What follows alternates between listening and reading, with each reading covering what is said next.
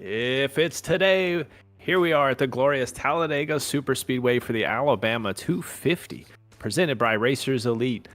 I'm Justin Wilson, joined by Sean Signori and Johnny Rapp in the Slingshot Racing media booth. And tonight, it's the NASCAR Gen 6 Cup cars taking center stage. Expect to see pack racing, bump drafting, white knuckle moments from start to finish, speeds upward to 200 miles an hour, where one wrong move can change everything in an instant. This is Super Speedway Racing. This is Racers Elite. This is the Alabama 250. Sean, with these Gen 6 machines on the track like Talladega, what kind of racing do we expect to see tonight? Well, like you said, I expect some bump drafting and some white knuckle moments. I expect some 3 or 4 wide racing from start to finish. These Gen 6 cars create a big draft, and with that comes big momentum from behind. It'll get hairy out there tonight, especially with some cash on the line. Oh, that is right, with cash on the line. For certain drivers, right, we have a handful of drivers for that dash for cash tonight. But one thing for certain, to me, is kind of nostalgia, right? A blast from the past. You know, we've been so used to seeing these next-gen cars and the ARCA cars, the trucks, Xfinity. Nothing like kind of jumping back into the past a little bit here. But while these drivers are out here qualifying, and we do have some few things we want to do, we do want to hit trackside real quick for our national anthem and kind of get those kind of early things out the way. But we have a lot to talk about and a lot to unfold before this race here, but we will turn it over to that real quick. We're all gonna stand and remove our hats for this.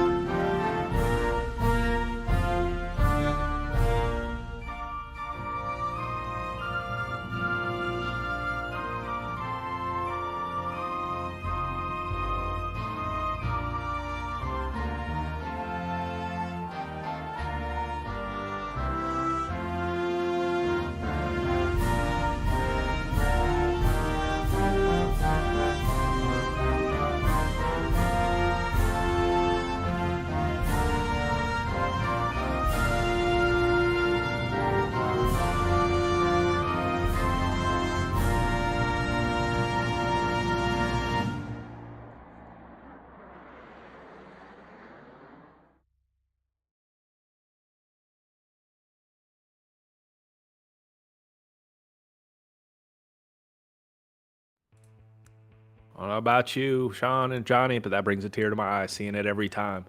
But tonight, 94 laps around here, 250 miles, Gen 6 cars.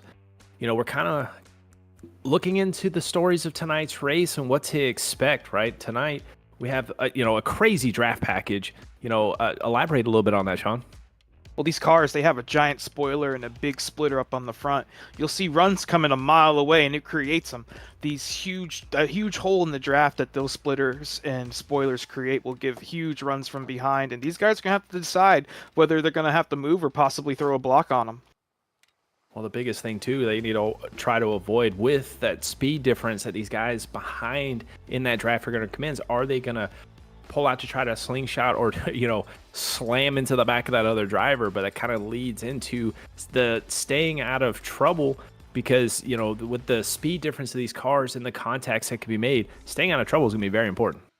Yeah, when they wreck, they're going to wreck big. And keeping that car clean and saving what you have for the second half is really important. These Gen 6 cars are a little more brittle than the next gen that we have today. So keeping that car clean means a ton. Yeah, but also keeping your car clean. We're kind of jumping around on the stories here, but finding your friends, teammates, we got to kind of look through this field. You may not find teammates that are like a part of your team, but you're going to have teammates throughout the race of just drivers on the track. Yeah, running these races, you always find somebody early that you can work with throughout the whole rest of the race, and that's really important. Whether or not you have teammates, you're going to end up having to work with whoever, even people you might not even like. You just got to work with the car that's working with you the best. friends until the last lap, right? Oh, most definitely. Always got to make a move coming to the line if you can. Well, one of our last things is pit stops. Green flag pit stops. Do we expect to see those tonight? We just might. Depends on how often these guys get into each other and cause a big one or cause a caution. But it's always apparent here at Talladega getting green flag pit stops. When these guys go to make a move to head to pit road under green, expect trouble. Their brakes will be ice cold and 55 miles an hour comes up quick. Pit entry at Talladega is known for its mistakes. Well, one thing too is it's a lot more difficult, especially those maybe people watch from home that don't understand when you're going from 200 miles an hour down to that 55, and you have 15 to 30 other drivers all funneling down into that those two lanes of pit road. Makes for some exciting pitting as well as potential disasters. Yeah, pitting one lap before or one lap after the most of the field can be really important to establishing track position ahead of them. A lot of guys trip over each other and cause each other to slow down entering the pit. So if you're able to take advantage of that and pit with a clean entry, it means a whole lot. Yeah, so speaking of earlier, we were talking about a kind of a dash for cash. We do have, so not only do we have, the Alabama 250 of the bragging rights of winning this race, but we do have 7 drivers.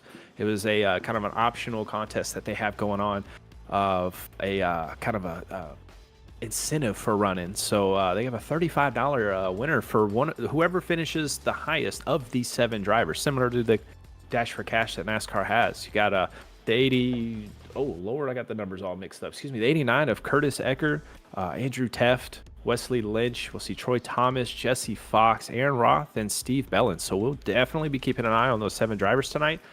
See if they can stay out of trouble and get a little extra cash in their pocket tonight. Yeah, they got a little extra incentive to race each other extra hard. And it's not even about winning the race. For them, it's about beating the other 6 guys. Yeah, no kidding. But not only beating them, they also have to worry about the 33 total drivers on the track right now. Not only do they want to win the cash, but they also want the bragging rights of winning this race. Most definitely. That's going to be the big stamp of approval for the rest of your day. If you won this race, it's going to make your week a whole lot better. Most definitely. Well, we got about a minute and a half left here of qualifying. Really looking through these times, the entirety of everyone that has qualified so far has been pretty much within 2/10 of each other. Right now, Wesley Lynch, one of our Dash for Cash drivers, is sitting first place right now on the pole with about a minute and a half. A few other drivers currently still out there on the track, but guarantee you a lot of drivers are going to opt to just not qualifying tonight because, some drivers like riding in the backs in these races. But do you think with this package and the way that these are, do you think somebody that's going to ride in the back will have that potential to just drive through the field on their own, or do you think that they'll have to tag up with somebody and rely on somebody to get through the field?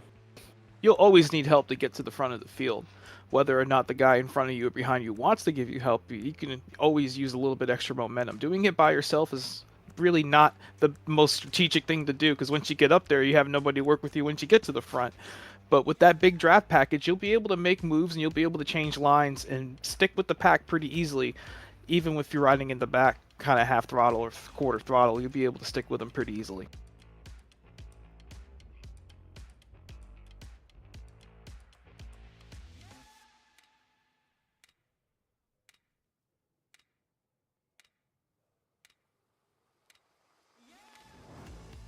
See that 16 car there? It's Greg McConey, probably one of the better looking cars in our field tonight. The old Greg Biffle throwback. Most definitely, yeah. Sorry about that. I had my microphone muted. I'm over here talking to myself for some reason. But yeah, while everything's kind of wrapping up here, I want to thank everybody for tuning in tonight here at Slingshot Racing Media. I mean, we're just thankful to be here. We're excited to see this race tonight. We got quite a few people already in the chat, man, and I'd love to see it. We got Ace 4042 league race tonight. No points tonight, just for some cash. Exactly, that's what we love about it. Paul Thomas in the chat saying race tonight, but Paul, you're on the track, man. Good luck. You shouldn't be in the chat. You should be in the car right now. Texting and driving is always a questionable move here at Talladega, especially when you under green. Luckily, he's got time to do it now before we go racing. Well, we're gridding up here, so let's go ahead and get our way through this lineup tonight of 33 drivers on the pole with a 51.778. Wesley Lynch clinching that pole tonight with Daryl Zucchelli. I'm going to massacre that. Somebody correct me. We got Greg McConey in the Greg Biffle machine that you spoke of a minute ago, starting in third place. On his outside, Jimmy Reynolds in that 29 with Steven Blevins right here in here in fifth. Dave Null in that number 11. I see that Jaguars on there. Starting in the 6th position. 7th is Brandon Zimmerman on his outside. Troy V. Thomas in that old Wrangler number 3. Austin Norris in that 7 Microsoft machine, starting in 9th place, and on his outside, Truth Hoke. Is it Hoke or Hokey? We're going to go with Hoke tonight. Correct me in the chat if I'm wrong there. We'll be in 10th. And Sean, take it away. In 11th, we got Steve Luttrell in that 36 car. 12th place is going to be Brandon McGraw in the 00. 13th is going to be Aaron Roth in his 57 ride. 14th, Cody Carson in the 21. 15th is going to be the 89 of Curtis Ecker. 16th, it's going to be the number 2 of Mike Fudge. 17th is going to be the 69 of Jesse Fox. 18th, the 90 of J.B. Harrison. 19th is going to be the 24 of Jack Kelly. 20th, we got the 42 of Paul Thomas. I'm going to send it back to you, Justin. Yeah, 21st right there. Andy Schmidt in the 99 machine, 21st. Steve Vest. I always love Steve Vest's paint scheme of those old Mark Martin throwbacks. 22nd. Mike Schwind in the 8 machine, starting 23rd with Andrew Teft in 24th. Now, keep in mind, from 23rd on back, they did not qualify there. That kind of strategy opted in the back. 25th, Brandon Sanfilippo. Ooh, I'm sorry. I'm horrible with these names, but we're going to get through them tonight. I'm telling you. By the end of the night, I'm going to be professional on everybody's name. But Kensley Smith will be 26th. Terry Fennell, 27th, with Steve Sizemore on his outside in 28th. Christopher Puglisi? There we go. 29th. And Timothy Icebrand in the 92 machine will be starting 30th with Brett Bay, who's opting to start on pit road tonight. Barry Nelson and Blake Davis rounding up 33. 33 cars tonight, man. I'm telling you, this is a big field. A lot of freaking Jesus, listen to me. I'm sorry. A lot of draft and a lot of action we're going to see tonight, but these drivers are on the back straightaway here. Do you think the aggression level is going to be kind of high early on, or do you expect to see probably 75% of this race if everybody just kind of riding along? It's hard to tell. We'll find out pretty soon here in about 2 or 3 laps. But if I had to take a guess, I'd say the aggression level is going to be pretty high all race. Especially with these cars people don't have a lot of experience in. Those drafts are going to be a lot bigger than they expect. So there's either going to be a whole lot of side-by-side or a whole lot checking up. Yeah, from just previous of these races, right, the domino effect of the draft as well, where some drivers up front, they're just kind of minding the race, but that speed amplifies, and the checkup throughout the field will amplify as well. So these drivers are going to be on their toes all night, picking and choosing what lanes they want. But we're about to take this thing under green as we're coming down the front straightaway off turn number 4. Pace car is dipping off. We got this really long tri-oval to get around here as Wesley Lynch just going to creep around all the way to this restart zone. Right outside the tri-oval is everyone starting to stack up. Flagman on the stand awaiting the green, and the green flag is out. Wesley Lynch and the 16 of Greg McConey have already tagged up bumper to bumper as they go off into turn number 1 with Daryl Zucchelli on the outs, well, right behind him of Jimmy Reynolds, trying to team up on that outside, but they really don't have any help with them so far. Yeah, no help behind them. That's really going to cost them going down this back straightaway. Expect that bottom line to really pull away on them. But they got a couple guys behind them popping up to the top line, but not a huge line of cars behind them. That's what they need. Yeah, so far, really just kind of the inside. Everyone's just filing in on the bottom. Only a good handful of 5 cars running the outside right now, and the rest of the field of pretty much single file riding the bottom. And we starting to already see 2 different packs in the field as well. Some drivers are opting to ride back, anticipating an early accident, but so far, lap 1 looking nice and clean. Side by side at the line, Wesley Lynch, he's going to get the lead for the first lap of tonight, but somebody's going to try to make a little move here on the outside. That's going to be the 29, Jimmy Reynolds. Looked like he almost wanted to go 3 wide going down to turn 1. Yeah, Jimmy Reynolds definitely looked like maybe the car was getting a little upset when he got close to behind Darrell there in the 43. But I don't know if you see this, but Greg McConey makes his move on the outside. And look at the run of the 43, gives a huge shot to McConey and propels him out to the lead. But man, like you mentioned earlier, that run that 43 got as soon as the 16 of McConey pulled up, that was almost 10-mile-an-hour difference. Yeah, that was a textbook example of somebody maybe not being prepared for how big of a run they were about to get, or a big of a push that they were about to receive. And that's going to be a side effect of racing these Gen 6 cars, which really haven't been a thing for 3 or 4 years now. Yeah, one of the things too is just it's great to see just the calmness and just the intensity is not quite ramped up like we want to do. These drivers are just wanting to log these laps right now, but kind of looking back here in the back as we're kind of single file. Andy Schmidt back here with the 30 of JP Harrison back here running. He got a huge run up here on the outside, but big checkup from the bottom here, and it just looks like they're going to try to form a second lineup here to catch up to this lead pack. Got Jesse Fox in the 69 Oreos machine kind of dipping in line here as well. After restarts and starts, the field kind of spreads out, but as these cars get up to speed and that draft becomes more and more strong, they kind of accordion back in with each other. So over the next 3 or 4 laps, you might expect some of these guys towards the back to really close in on this front pack. Yeah, one thing to keep in mind too with a long race like this is going to be our fuel strategy tonight too. So these drivers kind of riding back here, single file, just kind of staying off the nose, probably only running three-quarter, not even probably close to three-quarter throttle, saving that fuel, stretch that window a little bit. Do you have any idea what our fuel window is looking like tonight, Sean? I imagine it's a little lower than the next gen cars. A rule of thumb is always around 35, 30 laps. So it's going to be close on making it with a 2-stop race, but I don't think fuel mileage is on the forefront of a lot of these guys' mind here this early in the race. They're just trying to get into a good track position where they could ride. Yeah, definitely want to come back here. Take a look. That number 8 machine of Mike Schwind and that kind of Chevy blue and green. I like coming through these fields, looking at these paint schemes, looking good. Right behind him, Andrew Teft.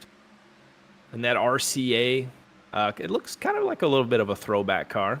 Yeah, it is definitely a throwback car. It's an old Johnny Andretti Cale Yarborough car from the mid-90s. Won the Pepsi 400 in that ride, John's first win. The last win for Cale Yarborough as an owner. Yeah, and we got Kinsley Smith back here in the 15, rocking a old Waltrip machine, that old Napa car. Yeah, a lot of good memories from that car back in the day, I'm sure. Yeah, one of the Daytona 500 winners. And not many guys have won 2 Daytona 500s, but Michael Waltrip is most certainly one of them. Well, our action's kind of ramped up here in the front. We're about too wide here, about 5-6 cars deep now. That top line's starting to gain some momentum. McConey's still rocking that outside, and he has the 51 of Stephen Blevins behind him, alongside of Steven Lytrell.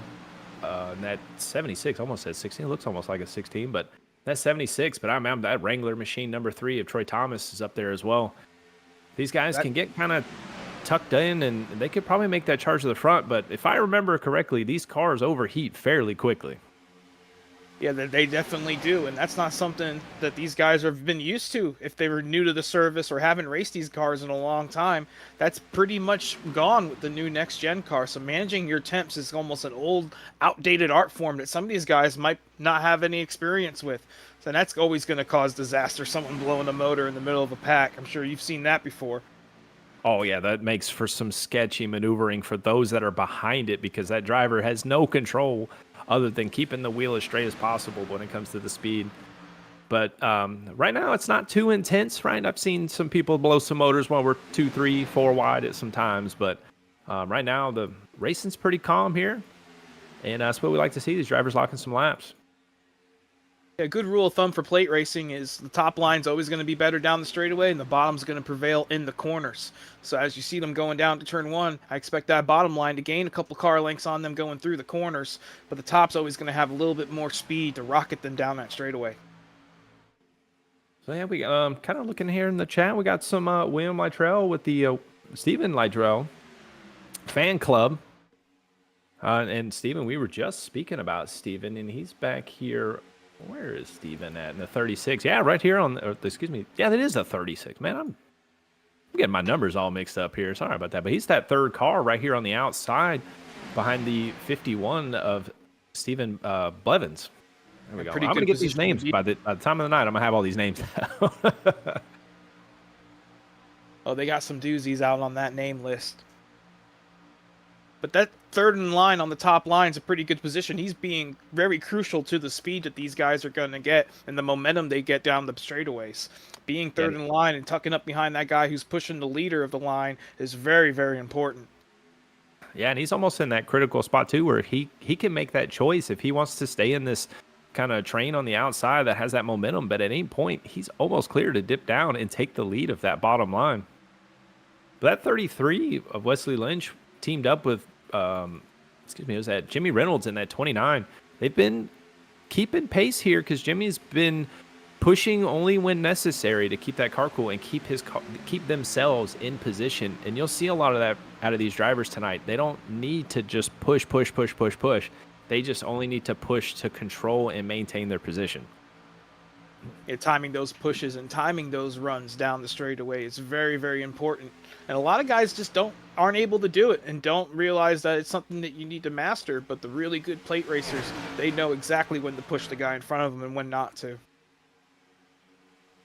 So you can kind of see back here, we do have those second and third packed. A lot of these drivers about 5 seconds back now.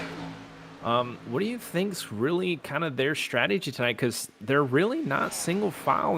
They're kind of slowing themselves down. Maybe they're just kind of find the line that they need to be in. But how far back is too far back? I'd say they're already almost too far back. They're about 4 seconds behind the pack, and it's growing. Just running side by side like they just were about 15 seconds ago. That's killing the momentum, even all the way up towards the front of this line. So I think they need to get in line and start working together awfully soon if they want any shot at keeping up with that pack. Yeah, they lost 7/10 that last lap, and it was, like you said, mostly because of that dipping out of line, not staying tucked in. But Mike Schwind and that wall trip of Kinsley Smith, they're pretty tagged up now. We'll have to keep an eye on if they're able to capitalize some gain. But these cars, they're not like a lot of these newer cars where 4 or 5 cars can team up and just run down a pack. These cars pack that big air on off the spoiler of these things, and it makes it difficult to catch back up on these. Most definitely, momentum's more combined in this car than the old car where you could just slam the car in front of you and you two can keep going. But now it's more working as a group and collectively. We see racing up front starting to get a little hairy there. So 36 drops down to the bottom to make a move. You called it a couple laps ago. He was in that position to make that move, and he did it. Yeah, it probably helped with that lap car, Brett Bray, who started on pit road. Kind of spiced it up a little bit. Kind of shook the outside lane a little bit when they seen him and they were trying to clear him. It opened that door for him, and here he is battling for the lead on the inside. We'll see if he gets the lead this lap for the first time tonight.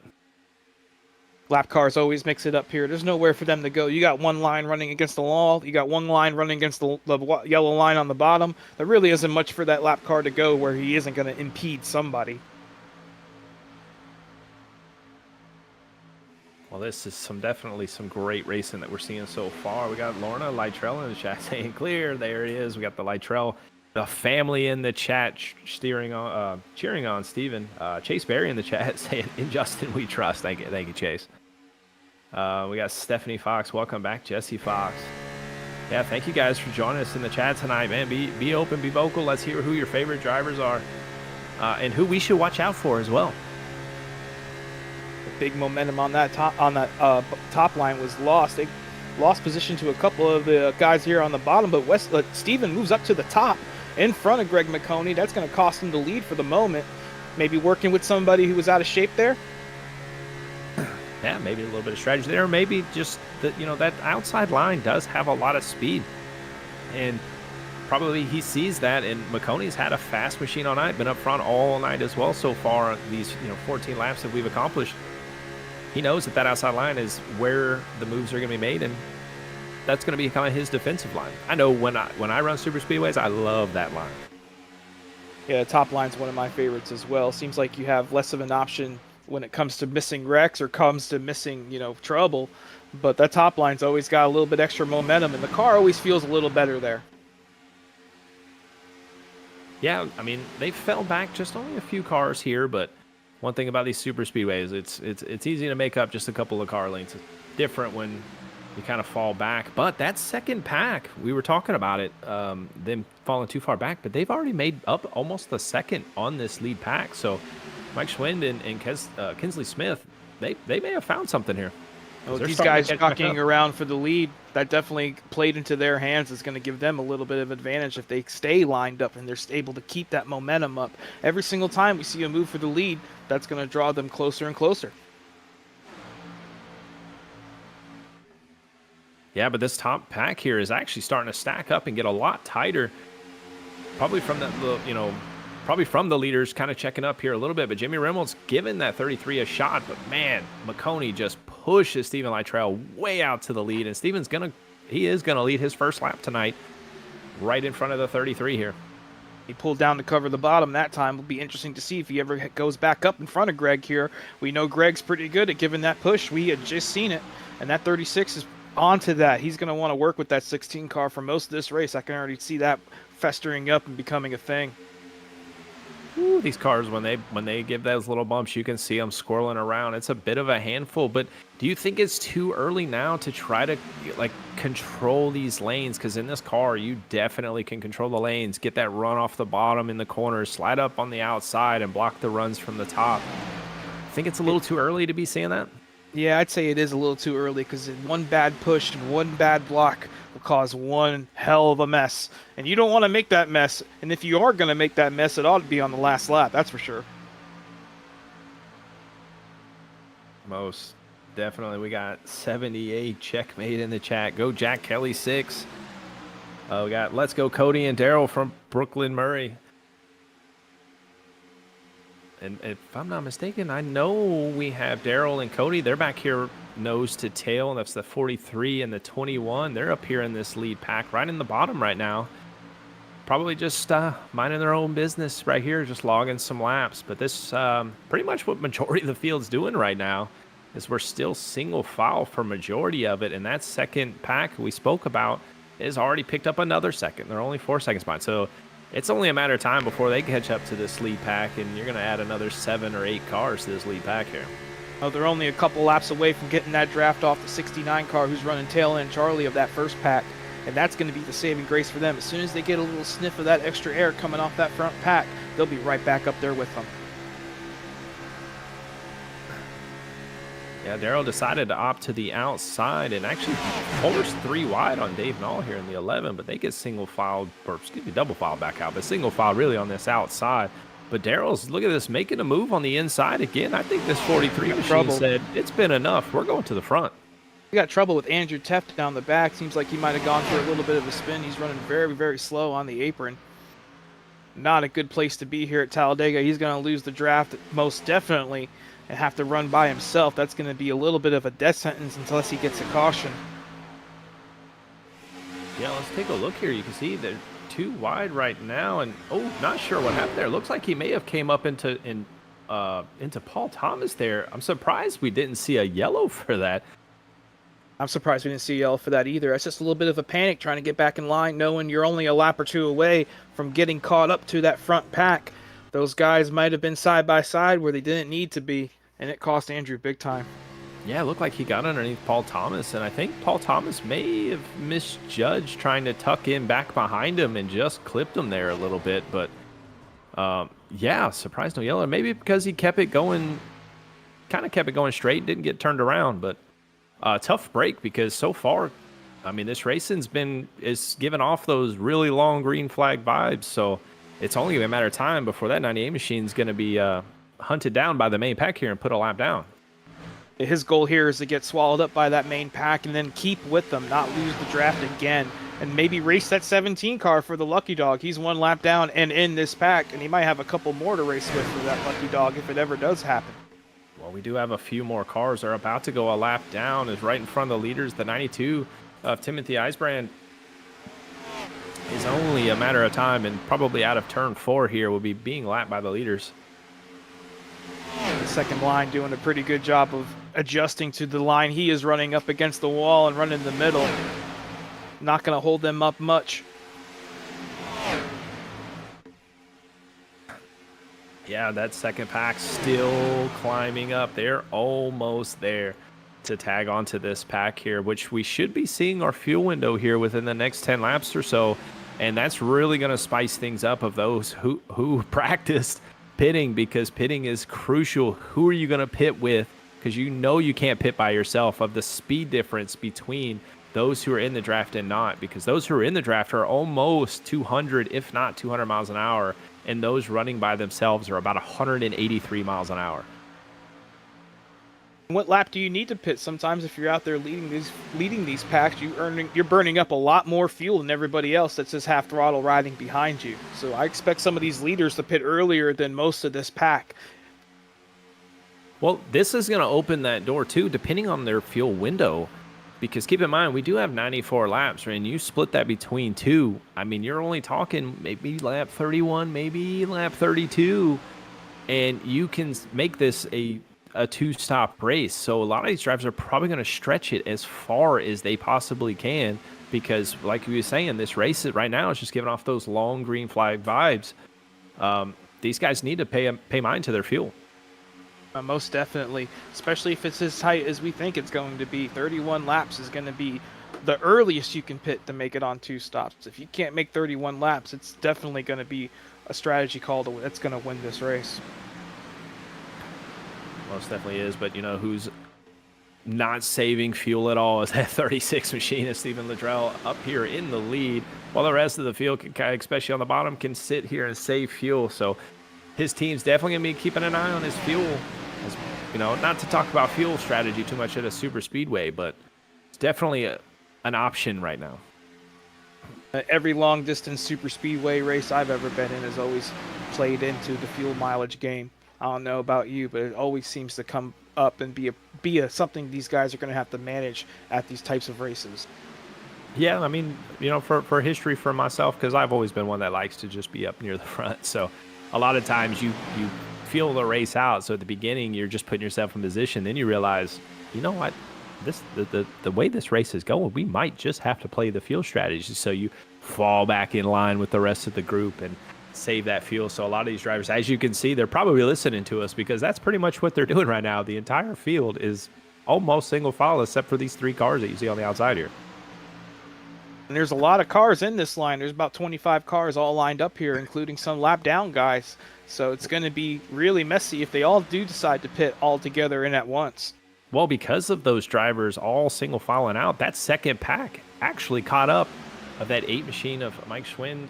And correct me if I'm saying that incorrectly, because I don't want to massacre this guy's name all night. But Kinsley Smith, look at this power move that they got going on the outside here, as they've already passed about 4 or 5 cars. These guys want to go to the front. Most definitely, they ain't wasting no time. They caught this front pack here, and they're trying to get as much track position they can to try to prevent themselves from losing it yet again. That's the biggest worry when you finally catch back up to the guys you've been working lap after lap to catch. You don't want to lose them again, and they ain't wasting no time getting around some of these guys they know they are faster than. No, they're definitely passing these drivers that are just minding their P's and Q's right now. We do have somebody dipping off on the back straightaway here. That was the 32's a lap down. Kind of falls back in line here. But, yeah, man, those guys have hooked up, and here they are. They're already cracking into the top 10 now after being back there in about 25th position. They are moving, but they're about to kind of hit this roadblock right here in front of them unless they decide to take it up next to the wall to go 3 wide. But we'll see here as they go out of the drivable. Well, that's what these guys that are already running this top line in front of them want to see, is some help coming up from behind them. That's definitely going to make the race from the front here a little more spicier. Yeah, but I mean, we're not really seeing a lot of, you know, bump drafting and that close racing that we normally do see at these super speedways. But do you think that, you know, that term of pocket of air, you know, that bubble in front of the drivers, you think they're experiencing any of that tonight, or you think it's just taking it easy? I'd say it's a little bit of both. Sometimes breaking that bubble of air can be a little tough in these Gen 6 cars, but these guys also know it's a long race, 250 miles. They're definitely trying to take it easy and be calm here. We haven't seen many desperate moves. We haven't seen people making, up the middle 3 wides. We got some leaders coming down pit road this time. So it definitely sounds like some of these drivers aren't going to be able to make it to that window we were speaking about. And we do hear some people over the chat talking about pitting, but the 33, first one down on pit road. And the 33 was leading pretty much a lot of that bottom line early on. That's a pretty big tell. If he can only go 25, 26 laps on the tank of fuel, that's really going to mix it up. And how much further can these guys go, especially the 36? The 36 has been out front for a lot of these laps, so it's going to be very interesting to see how much further he can go. Yeah, we got quite a few hands out the window here over the chat. It looks like the 69, possibly the 7, but yeah, it's only going to be a matter of time. 16's opting to pit here, so we're about to see a lot of green flag pit stops here. And here comes the leader. Here comes the entire field down pit road.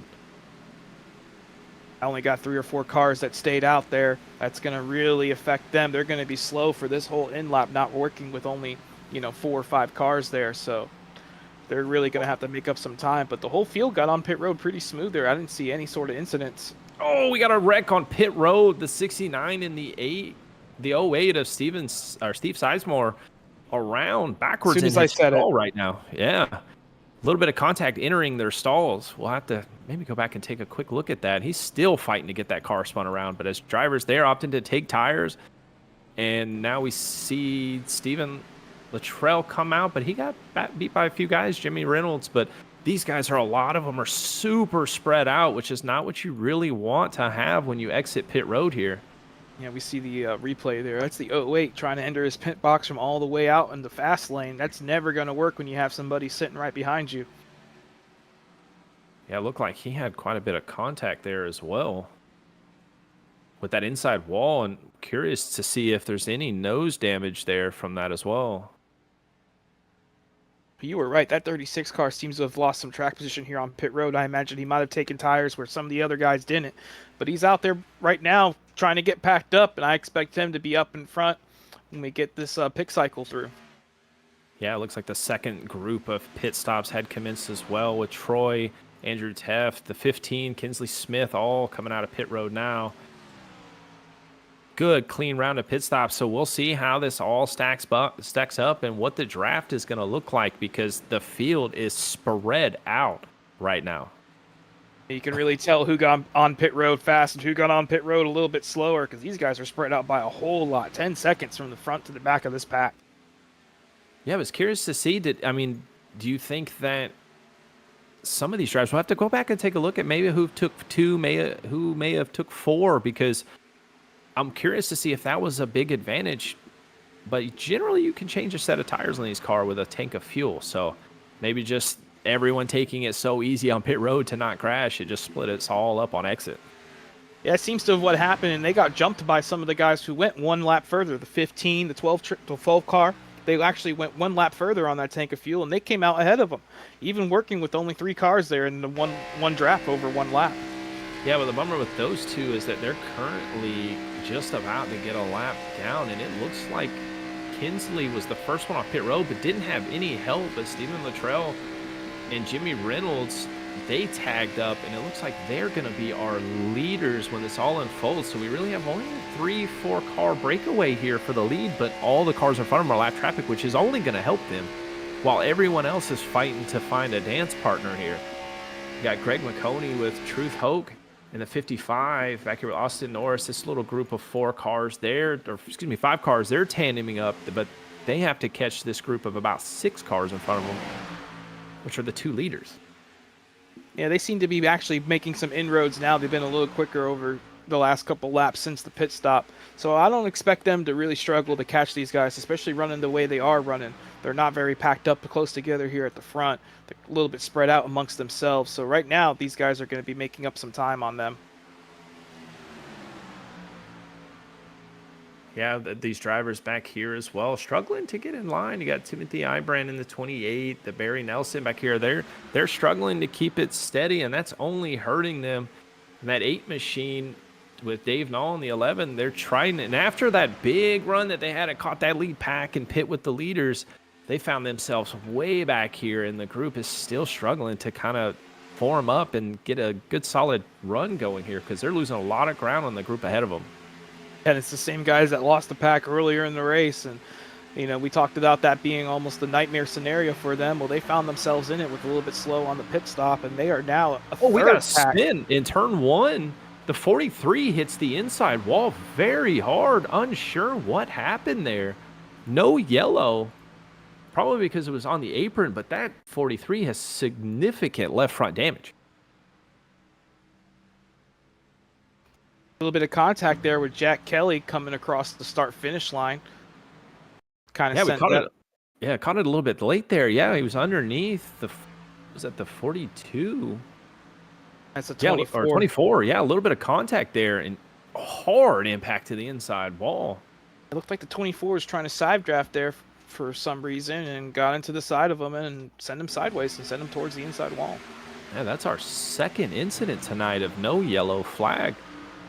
Starting to think our flagman might be sleeping up there in the booth. Might need to go wake him up.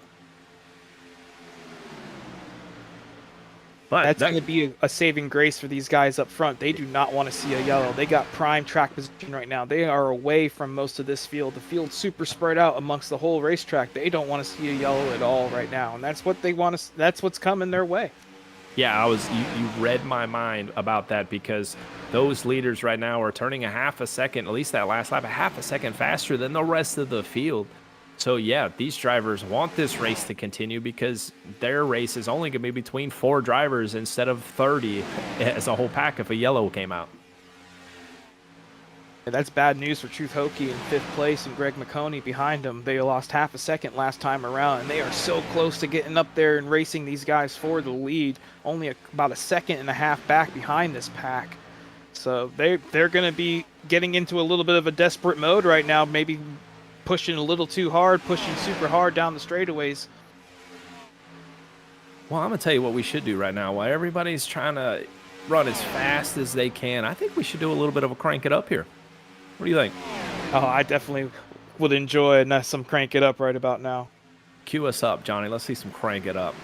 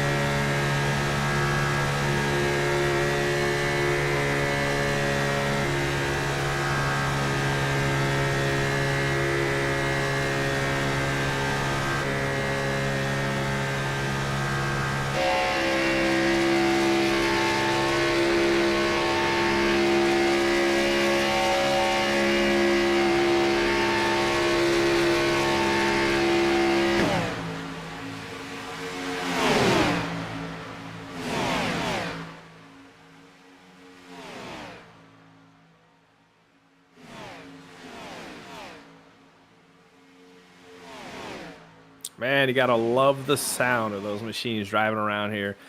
A little bit different when they're not in a big pack, but still the same nonetheless. But one thing we've been noticing is that lead pack is about to pick up a group of 3 more lap cars, just adding to their car count, which is only going to benefit them.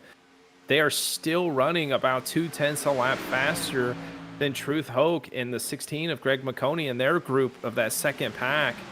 But back here a little bit further with Mike Schwinn, Timothy Ibren, excuse me, Barry Nelson, that group is still struggling with the lap times to try to catch this lead pack.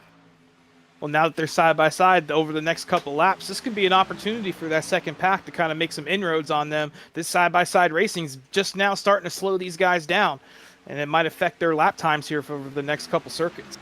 Yeah, well, while there's only 4 cars of the lead, in the lead lap here, in the remaining 4 lap traffic, these lap drivers are going to kind of battle amongst themselves because they want that lucky dog position if a yellow does come out, or also race to be in front of the leader so they don't have to worry about that lucky dog. So yeah, we're probably going to see this group be 2 by 2 and 2 wide probably for the rest of this run, which is only going to benefit that second group, as you mentioned.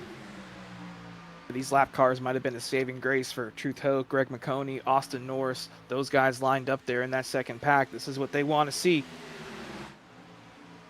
Yeah, they're about to catch another lap car here. Paul Thomas with about a 20-mile-an-hour speed difference right now, but Paul's going to keep it on the outside as the leaders are going to catch him rapidly. But Kinsley Smith and that 15 machine on the lead lap is decided he wants to run this outside line, and our other our other leaders are Stephen Luttrell and that 29 machine of Jimmy Reynolds. So we only have 4 cars again in this pack here that are on the lead lap, and the rest of them are fighting for their laps back.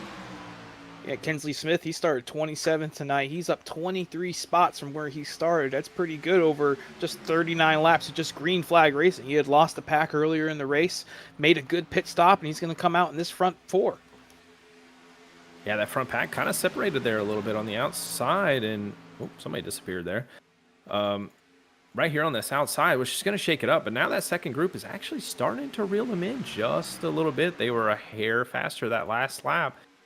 And we're only about halfway through, I guess, this kind of second run of pit stops here that we had, because we pitted 27. So we're about almost 10 to 11 laps in already. Oh, they pushed it, the Ford there. I don't know if you've seen it, pushed up a little bit. And the leaders got put into the outside wall there. Doesn't look like it was too much, but the 12 machine has quite a bit of right side damage getting into the wall there. Unsure what happened there, but they were 3 wide, and yeah, both our 3rd and 4th place car was in the wall.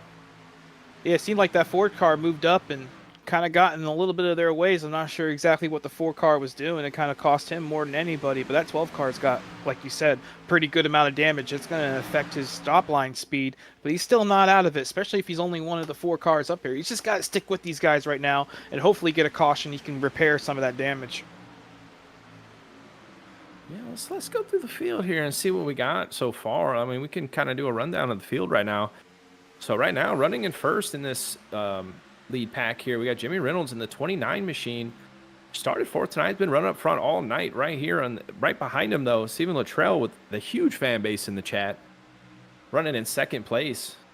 So 3rd place, you'll see, we go a little bit further back in the pack here, is the 15 machine of Kinsley Smith, running in 3rd. And as we mentioned earlier with the contact that we had, our 4th place driver of Brandon starting to fall off this draft here. I'm curious to see. Yeah, he lost this draft here. That damage may have affected him. So it's probably a very, very unhappy driver right now, because now he's going to fall back into the clutches of our 5th place driver of Truth Hogue, being pushed very aggressively by the 16 of Greg McConey in the second group. 7th place right now, Austin Norris. Very strong run tonight. Started 9th tonight, where he's at now. Curtis Ecker in that 89 machine right here in 8th in that, what is that, a yellow Lowe's machine? Yeah. The 33, Wesley Lynch, fortunate for him, he pit by himself. Remember, he was the first car on pit road. Pit by himself, but was fortunate enough to come out with a group of guys. He started first tonight up into the 8th place. Be vital to see if that 12 car can stick with these guys here. I don't think it's going to happen. I think that damage is just a little too much for him. Well, that and the speed difference between them and him when he caught him, because keep in mind, these drivers right now, Wesley Lynch is hitting 201 right now going into turn 3, while Brandon was only hitting 190. So it looks like the little bit of checkup, he may have a sniff of that draft, and it looks like he is starting to gain. Yeah, it looks like he was able to capture it and is just tucking in. That was very, very lucky from a little bit of a bunch up there from that group, that he was able to kind of catch that lucky break, I should say. Yeah, that's very, very lucky. I thought for sure he was a goner. I'm sure you thought the same thing, but just got an opportunity there to stick with these guys. He took the most of it. Yeah, but right now there's still that second group is just pacing what the leaders are running, and surprisingly enough, they are, because they, like you mentioned, we are running 2 wide up in the front, but the speeds are pretty much identical right now. But slowly but surely, they are catching as a whole. They've caught up about a second since we last mentioned it, 3 or 4 laps. Oh, we got a car spinning down onto pit road there. Yeah, that's Andy Schmidt in the 99. Looks like got a little bit of contact from Andrew Teft in the 98. He's parked down here on the apron. Still no yellow. I'm curious to see what's going on here. It seems like the 98 made a move to the inside. 99 tried to cover him off, but the nose was already there, sent himself spinning. Yeah, it looks like Andrew, they were in line, and yeah, he got up underneath him and yeah, spun him right out going down to pit road. But yeah, the yellow probably didn't come out because yeah, he went down pit road and was off into the grass and the apron. And one of the things of iRacing, right? They only the yellows will only come out if other cars are going to be impacted. So if he came back up onto the racetrack in front of cars, that would have flown the yellow. So since he was on pit road, no yellow, just like all our previous wrecks, they've been off the racing surface. So we keep it green. That's one less car in this front pack that might hurt them overall, but it's also one last lap car for these guys to race up front and race amongst themselves for the lead. Yeah, well, but because of that ordeal as well, that second group has picked up just a little bit more on this lead group. They're only 3.4 seconds behind right now. But yeah, McConey's doing a great job pushing that 55 machine. You can tell he's doing his best, just pushing every single second he gets to that back bumper, but it just seems to be just not enough for them to really make some big inroads, especially when these guys were up racing earlier hard.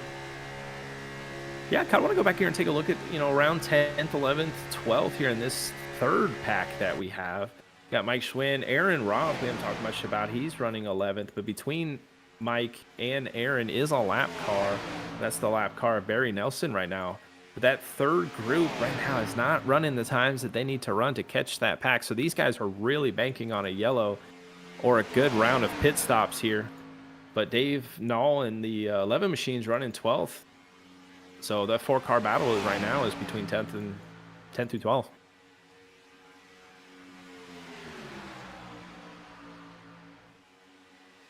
Yeah, a lot of these guys are just hanging out, open for that yellow, not really pushing very hard, not trying to be the yellow. But it's not all is lost for them. We're 2 cautions away from most of these guys being back up on the lead lap. Yeah, a lot of these drivers are going to start getting ready for another round of pit stops because we should be hitting that close to that fuel window again around lap 50, maybe 52. Oh, we got a yellow out on the track. Down the backstretch like the 98 and the 90 involved in this one. They was in that lead pack. It looked like the carbon copy of what we just saw with that 90 car. Yeah. It looked like Andrew Teff made a move to the inside, and the car on the top just didn't want to act like he was there and spun himself out, heading towards the inside wall. And that is the saving grace. That's the caution most of this field wanted to see, at least the guys outside the top 3. Yeah, and this is what we were talking about too, right? Lap cars battling for those lucky dogs positions and trying to get their lap back because these were 2 lap down cars battling for position. The 90 slid up just a hair, just left an inch of room for the 98 to take it. But I can assure you, Andrew's probably not making any friends tonight as it's the second car off his nose in the last few laps. It doesn't seem like the guys in front of him are prepared for that move. That's twice now. But I really can't put that on Andrew. He made a move to the inside. He had room to make it, and the cars in front of him are just not holding it on the yellow and trying to take advantage of that, and that caused both of those incidents. Yeah, and to be fair, they probably kind of got complacent a little, right? They just were riding around, not minding their own little P's and Q's and not really paying attention to where they were because you slide up, another driver's going to capitalize on it. So yeah, this is really going to. This is really going to shake everything up, kind of bunch the field back up. But we do have quite a few cars more than a lap down as well, starting with the 98 who was involved. So he probably won't get the lucky dog of this unless he decides to stay out because he was a part of that caution. But yeah, only 21 cars right now in the lead lap. But fortunately, the 3 machine of Troy Thomas was actually leading the lead pack when that caution came out, so he got the kind of free wave around, for instance, because he technically didn't go a lap down. And with this caution coming so late in the fuel run, not many guys are going to be able to take a wave around as well. Well, not only that, will we have enough fuel from here to make it off only one more stop to make it to 98 is another question in itself.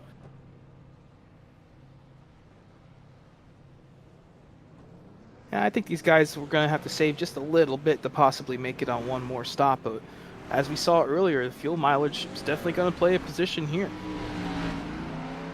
Well, one thing too, I'm pretty sure the intensity is about to ramp up here because we're coming to, what is this? My math is way off tonight. We're at 40. 55 to go next time. 55 to go. Man, see, I was way off. I was in the 40s. I was wrong too. It was 45 to go. There we go. Okay, so I was getting there. I was getting close. Hey, we're up here to talk about racing, not talk about math, all right?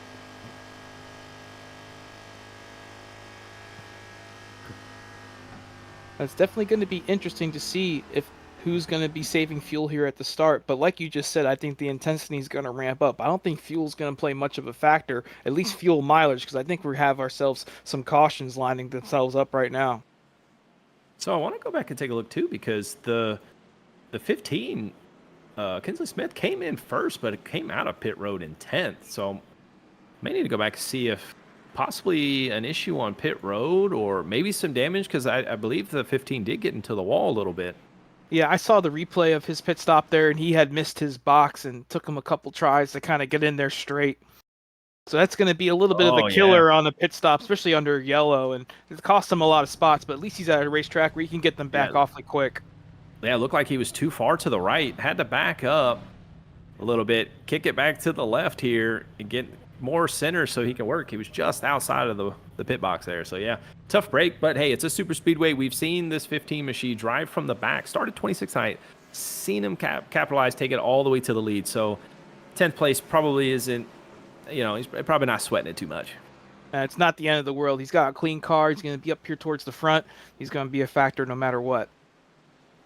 Yeah, so as mentioned earlier, it looks like we do not have a lucky dog recipient on this one, because the 98 was involved in that caution, so he would have been the lucky dog. So tough break for that group, but still a long race to go to get that lap back.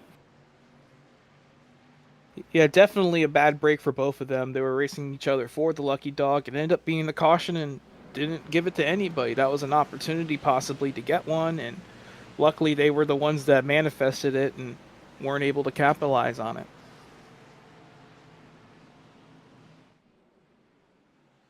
But this is definitely a saving grace for all the guys that had lost that front pack. There were only 3 cars racing up front for the lead, and now we have 30 of them all packed up together. This is definitely going to be exciting. Yeah, I think if we have just a few here, kind of looking through as we're about to go back green flag racing as we're double filed up, but kind of looking at where everyone is currently placed, because everything's really shaken up from that last kind of caution via the where everyone started. But a lot of our biggest movers is in around that 8 machine, 12 and 15, who are all running in that pack earlier on, caught up to the field, and yeah, they've been pretty close all race. I don't know if that's been intentional or just coincidence, but look out for those 3, because I expect to see them 3 tag up or team up, hit that outside lane, and try to capitalize, get back to the front here. Yeah, we saw the 15 and the 8 working together earlier, and I think, just like we said, I think that's going to be one pair to watch here. They're going to be on the move here as soon as that green flag comes out. I'm interested in that 12 car. I wonder if he got his damage fixed or how much damage he had. It seemed to came out in the 9th spot, so it worked out pretty good for him. Yeah, probably was able to get it fixed. It probably wasn't much. I think more or less it was just the momentum difference after the whole incident kind of happened. And, when these cars you check up, you lose big on. But we're stacking up, waiting on the restart zone. Jimmy Reynolds has command of this, but the 36 of Stephen Luttrell wasn't beside him there and was able to not get quite the run he wanted to. But Jimmy Reynolds got a huge jump on that restart, and he's got the whole pack about to run him back over. And maybe a little bit of a lack of experience in that with that restart zone.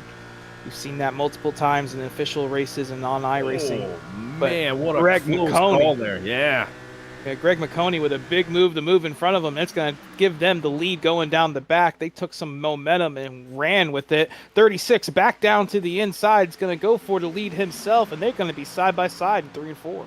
That was a very, very tight move there. There wasn't but an inch of room for that 16 to pull up, but they made it work, propelled themselves to the lead. But yeah, Steven Luttrell, he wants to be leading this pack. I've noticed it. He doesn't really want to be pushing somebody. He wants to be the one being pushed, and he puts himself back onto the bottom. But that outside line right now has all of the momentum. They are just starting to pull away now. 3, almost 4 cars from that inside pack. Like you just said, that 36, he's been aggressive since the start of the race. But it's worked out for him so far. He's led the most laps so far, and he's been up front since the beginning. Yeah, and look who's right there on that outside. As I mentioned right before the yellow here, that 15 and that 8 machine, nose to tail on the outside, have already caught up, and now in the 4th and, well, I guess 4th, 5th / 8th position right now. Up here on the outside, already making the moves to try to take back this lead that they were just in. 12 machine's looking good. I don't think that damage really affected him much. I think he's got it all fixed up because he's here on the fifth car on the inside here, as this pack is pretty much all together now. We don't have that second pack or third pack. 36 spinning down to the inside. He got turned up by the 29 there. Oh, but we got a bigger crash in turn 1. An after effect. We got a car in the air, car upside down over here in turn 1. That's Brandon Zimmerman upside down. Oh my goodness. We seen one spin and then the whole field crash.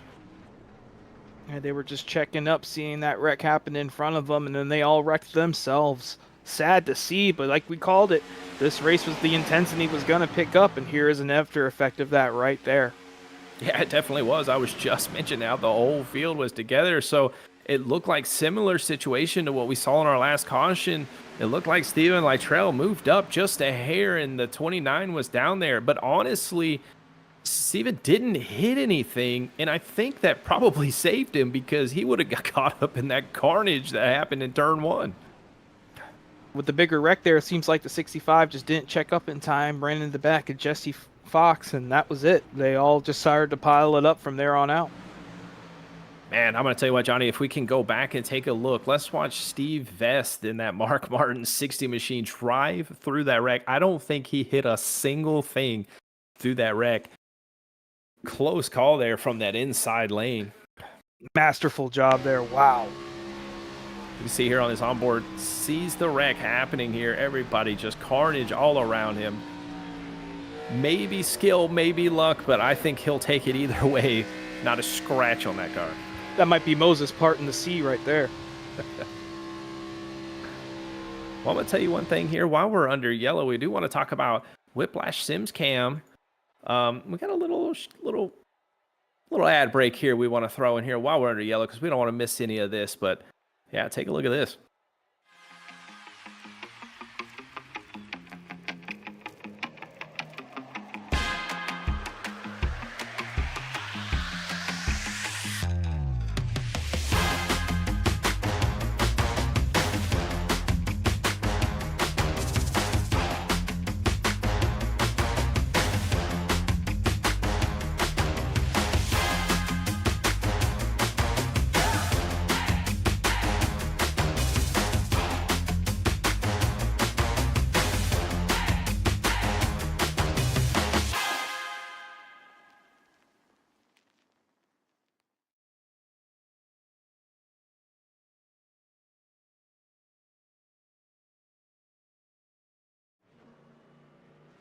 Gotta love them sim cams, brought to you by Whiplash. But we did see some drivers here pit under this yellow. I think this should put them at the point where we'll only have to pit that one additional time. Every car in the lead lap came down, filled up. Yeah. The only ones that didn't pit, which we may see pit or not, would be the guys that of the 196. Looks like they did pit, but Andrew Teft, he's back on. He should get the wave around, be back on the lead lap unless he decides to pit here. Jesse Fox and Blake Davis, they were a lap down there. So curious to see. They'll probably get the wave around because they still have quite a bit of fuel. They probably don't want to sit here and play the gamble of staying on a lap down. So we'll probably see them take the wave around. At least that's what I would do. Yeah, the quick caution definitely plays into what they want to have, and that's not the big default and big offset on fuel. So they're definitely going to try to take the wave around here, at least the two in front of them. I'm not sure what happened to the 42 and the car behind them, letting some of the lead lap cars by. But definitely a break here for Andrew Teff and Blake Davis to get back on the lead lap. Yeah, so the 29 machine is going to get an oil penalty for that crash. He was the kind of instigating off one kind of turn there, the 36. But I think, no, really, granted, a lot of cars got tore up on there, but those drivers that were involved, especially that 36, really, really getting lucky, spinning off into the apron. So I think he'll be okay. And Steven's been very, very fast this race. So I do expect a probably speedy recovery from that 36. Right, Wouldn't be surprised if the 36 and 29 work together to get back up to the front. They're both in the back right now. Might as well work together to get back up towards the lead where they were, 3-4 laps ago. Yeah, it was really, I would say no harm, no foul, but in reality, it was no harm, no foul for them two. Kind of a bummer for everybody else that was involved in that checkup afterwards. But yeah, I would definitely see probably them two hook up, as you mentioned, and go to the front because they've been the two of pretty much the top 5 of the fastest cars on the field tonight. Kind of looking at the chat here, it says it looks like usually gets wrecked out of the lead on super speedway. So I guess this is a pretty common occurrence for that 36 machine. So if he's used to it, then I know he'll drive back through the field and get up here in the front. Yeah, like you had said, he's pretty lucky not to be able to hit that inside wall and keep that car clean. That's all that matters, especially with so many laps left. You can make your way up from any sort of situation to get back up towards the front. He knows it's not over, and we'll expect him to see him back up front here pretty shortly. Yeah, and so as mentioned, the 12, Brandon, 98, Andrew Teff, Blake, and the 4 machine, they all took the wave around. So now we have 18 cars on the lead lap. Only driver, we got, 4 drivers right now that are a lap down, but most of them have damage or they just, one of them's on, Stephen Blevins is on pit row with severe damage. So probably not see that machine get back on the track tonight. Yeah, that last wreck took out a couple cars. I see the 65, the 51, the 50. 3 or 4 cars that got meatballs from that last wreck. It's sad to see, but it's going to thin out the herd here and get us to where we have, a nice, concise little field racing for this win. Well, right now in command of this restart is Wesley Lynch, who started on the pole tonight. He's found his way back up to the front in that 33 with the 15 fast all night on his outside. But one thing, too, Truth Hoke, we seen that was running in that second group on that long run, leading that second group. He's found his way up here into the 3rd position. So, and he was working with Greg McConey. So they've been teammates early on in this race. We'll see if they tag back up and be teammates later on in the race or if they have to find a new dancing partner. But we're in the trial here, about to take the green, awaiting the fire off of Wesley Lynch. He is in control of this restart. He waits all the way to the end of the restart zone and takes off. Excellent start from the field here. Pretty much spot on from everyone. Everyone's nice and bunched up. Nobody pulled away, but Wesley's going to dip it right onto the outside in the front of that 15. Probably seen how fast that 15 machine is. Yeah, that's going to be his dancing partner. Most of these guys in the top 10, they've been up front all night. There really hasn't been much fluctuation from the back to the front throughout most of this race, but we're going to see some new players up here as the desperation starts wearing thin. That clock starts ticking. Well, I'm going to tell you, too, we have just hitting 38, about to be 37 laps to go. And, yes, we just had a fairly decent-sized crash, but I don't think the intensity is going to slow down at all. We're getting to the closing kind of finish of this race here, the last quarter of it. I expect to see the whole field racing this, too. We might start seeing some 3-by racing here soon. Yeah, most definitely. The clock is ticking with under 40 laps to go. You got to make your move. Coming up pretty shortly. You can't wait till the last 10 laps, especially with how these guys have been committed to each other, racing against each other. Haven't seen many 3 wide, haven't seen many crazy moves yet, but they're lining up and they're coming. Well, I will say the one thing I've noticed so far, these restarts, that outside line is the preferred line to be in. Every restart so far, that outside line, it's pulled away from that inside line. So these drivers are going to be learning on this right now as we... And a car in the wall there in turn 3. Yeah. That's Barry Nelson. Hit that wall pretty hard. That's going to be a good amount of damage to his car. Yeah, it looked like Christopher Puglisi there kind of moved up to that outside line. Didn't realize there was a car on his outside. Yeah, shoved Barry Nelson right into the outside wall, but good recovery, keeping it going straight. Barry is able to hold on to the lead draft here, but he's going to tuck in line here. But yeah, going off in turn 1. I think it was going off into turn 3. As we It just seems zoom like the forward 88 here. was watching the cars in front of him and really didn't see that Yeah. 48 to the outside. Incidental, but they're both live to see another day. Yeah, no harm, no foul there. It looks like the damage on that 196 machine isn't too severe, similar to what the 12 was. So, he didn't lose draft, so he's still in the action. Plenty of time to get back up there. But Troy Thomas in that 3 machine, you can see that yellow and blue Wrangler machine. He's just outside on that tail end of the lead lap there. We haven't quite seen that car up front other than when he was, sort of a lap down leading this pack. But we know that 3 is fast. And now that he's back on the lead lap, I expect to see that 3 start to charge his way to the front as he did earlier. Be pretty fitting to see the Dale Earnhardt throwback go to victory lane here at Talladega. Sometimes driving those number 3 cars gives you a little extra horsepower. Yeah, well, I was fortunate enough to be there. Remember when Dale Jr. ran that in the Xfinity car at Daytona? I was lucky enough to be there to witness that one. That was really cool. I was there that night too, yeah. Oh, really, man? We were probably sitting right next to each other and didn't even know it. Yeah, you might be the guy that cut me off going in the parking lot. No, I was the guy that flicked you off in the parking lot. There's a difference. Oh, okay, yeah. Yeah, we got some new people in the chat too. I want to keep up with it. We got everyone in the chat room rooting. Oh, who's everyone rooting for in the chat room? I can't even tell you right now who I'm rooting for, but right now I'm feeling that 15. That 15's quick tonight. I'm rooting for the 15 tonight.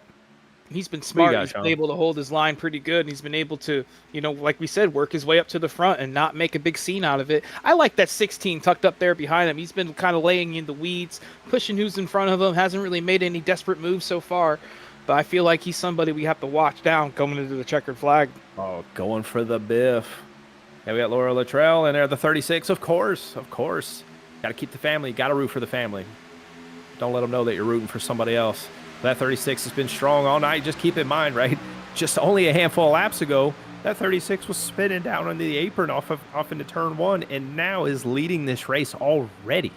Yeah, that's why you can't overthink incidents like that. He had a clean car, went back out there. He was up in front in 3 laps. We called it. We both said it. He's going to be back up there pretty quickly, and he was. He didn't let us down. He's already back up front leading this thing where he wants to be. Yeah, Jimmy Reynolds didn't quite get that launch like the 36 did on this restart. He's hovering back there in the 10th position now, side by side with that 16, Greg McConey, but that outside line starting to get that run again. A little bit of bump to the 15. It's crazy to see once they get that little bit of run, just the speed difference between that outside and the inside line. But then when that 16 gets a little bit hot, that's when you notice that top line fall back off again. A little bit of a back and forth game here that they're playing. It's a game of chess, and it's almost like an accordion. Sometimes you lose some time, sometimes you gain the time. You have to just time it right and get up front when you need to be. Yeah, he's definitely pushing very hard on that 15. They probably are trying to clear that inside line so they could dip below, but that 16's got to be getting hot. Yeah, you see him dipping up high to cool the machine off, but the 15's like, no, I'm sticking with you. Don't look high. But he's got to let that car breathe a little bit. But, man, look at this run this outside has. This outside has almost cleared the entire bottom. You can definitely tell he wants that 15 to go down to the bottom, give him some clean air. And like you said, that 15, he doesn't want to move away from his front bumper. He knows that Greg is fast. He knows how to push, and that might be the person he wants to link up with if he wants any shot at coming home a winner tonight. Yeah, this inside line, they're not quite pushing like they need to keep up with that top line.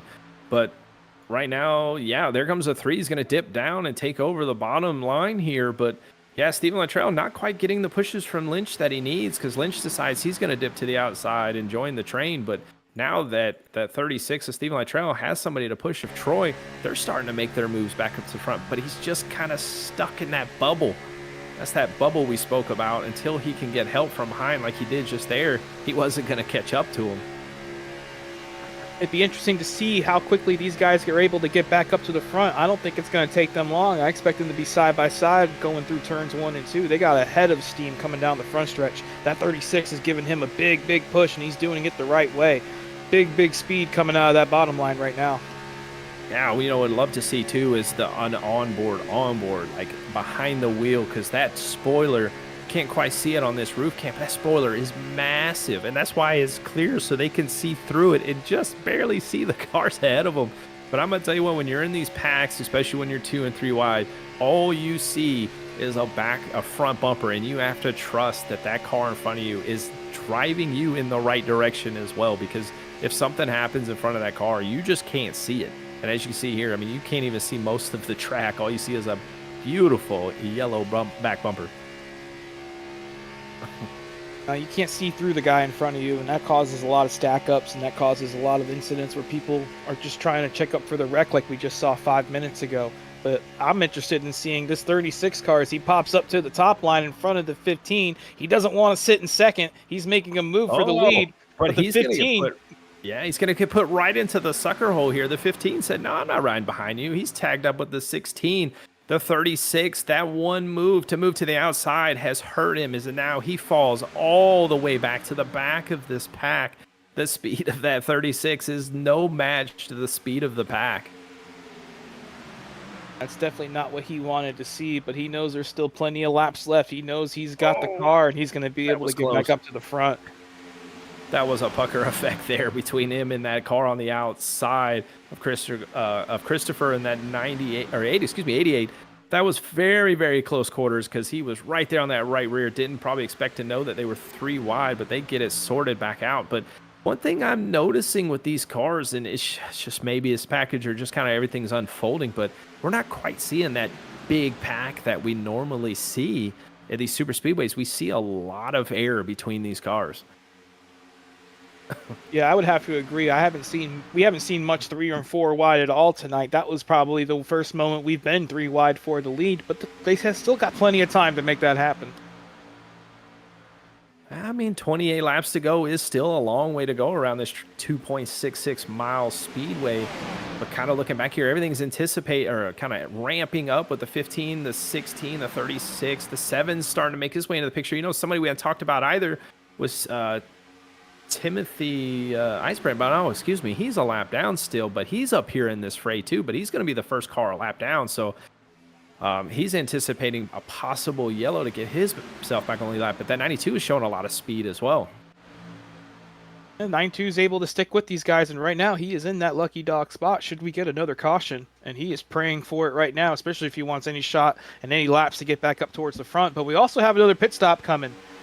I think within the next 10 to 15 laps, we're going to see these guys make their final pit stop, and it'll be very interesting to see which one of these guys in this front pack is able to survive it and maintain up front with the leaders. Yes, yeah, exactly. But the field right now, this lead pack's not too big. I mean, you're only got a handful of cars up here, but honestly, that's the only cars that are really left on the whole field, because everyone else of Andrew Teft and Brandon, they're the only 2 cars that are not in this pack. Everyone else, well, no, excuse me, I lied. I got Blake Davis and Dave Nall, but from the 88 Ford, who's 13th, is pretty much in this pack, as everyone else is kind of single file or kind of out of this race now. So 90% of the cars on the racetrack right now are in this pack. Everybody not in it is praying for a caution, and it looks like it might be brewing as this 15 and 16 get up to the top line. These guys are not going down without a fight. They've been continuing the race throughout this run here, so they're not taking their time. They're not biding their time waiting for the end. They're going to right to the front now. Yeah, and that outside, there's only 3 cars. Well, 4. I mean, Mike's trying to keep up to him, but those 4 car little tandem is faster than the entire bottom line right now, because they're not as well formed as those cars on the top. Most definitely, but as we get down to these laps start ticking away, we're going to see more and more guys join them up top. Right now, they're wishing they had a couple more guys in that top line to kind of separate themselves more, but it doesn't seem to matter much as that 15 is able to take that momentum down the straightaway and clear the 3 car on the bottom. Yeah, we see another driver seeing that momentum build up on that top side, so he's going to join. That's Wesley Lynch, your pole sitter for tonight's race. He's starting to make his way back up here, and look at all the cars he's passing just by dipping in that draft of that outside line. But yeah, that 15 and the 16 have worked great together on that. As I almost said that, but he almost got hooked on the outside. But I think we had an incident coming down pit road here. Gonna have to go back and take a look. A couple guys coming down to make their final stops. That's the 36 and the 29. We saw them make contact a little bit ago. Both sent them both to the back, and they're able to come down and pit together. This might be a strategy call here to work together, but with only 2 of them on pit road right now, I don't know if it's going to work. And one thing I'm seeing on my stats here is Jimmy Reynolds has a black flag guarantee you speeding on pit road because he had locked him up coming down pit road. So the 29 machine, black flag in the most critical pit stop of tonight's race. And we alluded to it earlier. Mistakes coming on pit road. These brakes are cold, and 55 catches you up to you pretty quick. That's the first guy we've seen tonight make a crucial mistake in speeding on the entry. And one things of iRacing, a pit speeding penalty on the entrance of pit road is a 40-second hold. If I'm not mistaken, if it hasn't changed, because yeah, it has to be, because he is still sitting on pit road right now, serving that penalty. I think it was a little too early to make that bold move, because 2 cars pitting and not the field that's a tough call to make, because you need at least 4 or 5 cars to make a run, and to only pit with 1 person is, I don't know if that was very wise, but we'll see how it unfolds for him, because now that 36 is by himself. Yeah, I was about to say it's even worse now, and when one of the cars you came down and pitted with gets a speeding penalty, so you're out there by yourself right now. That 36, he's going to need a caution to catch up to this front pack. He's going to be losing multiple seconds per lap out there by himself. But he's got cooked up together with a couple lap down cars here, and that might work out for him. But at the moment, he's in a tough spot. Yeah, we're going to have to see, because we know the pit window is open now to make it to the end of the race, as we only have 22 laps to go. When are these leaders going to decide to pit? I mean, are they going to run it out and just take a splash and go, or are they going to try to do this early stop? But these guys are all going to need to try to pit together if they want to maintain the speed, or at least, half and half. And kind of up in the air at the moment. I imagine they can go about another under 10 laps. They probably have under 10 laps left in the tank. So options are going to be running thin, and time's going to be ticking on that final pit stop. It's going to be interesting to see.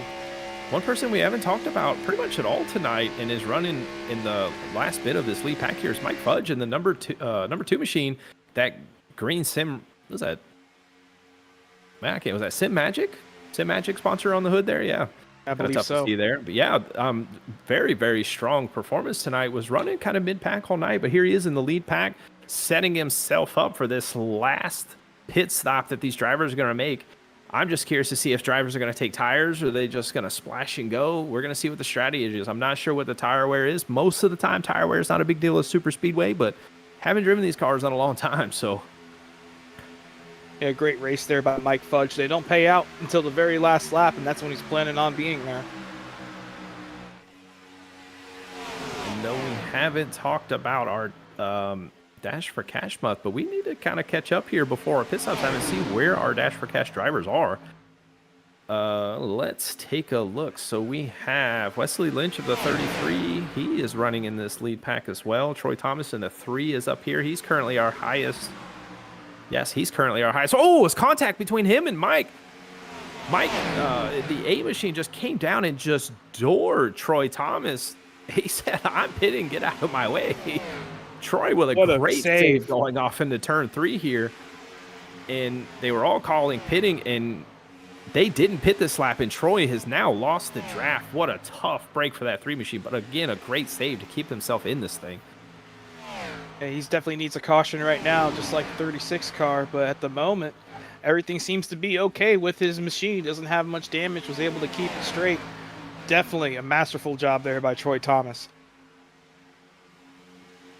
Yeah, but that kind of shook everything up, because we were just talking about him. I felt like I was a little commentator's curse there, because I just said he was in the lead for Dash for Cash, but now he just got punted out of that and put Wesley Lynch leading that right now, as we're about to see some green flag pit stops, as we see 4 drivers go down pit road now. Let's see if this lead pack decides to pit now this time by. Doesn't look like it, but Jesse Fox, Andrew Teft, Barry Nelson, Blake Davis, all of them pitted on lap 75 here, and they're heading back on the track now.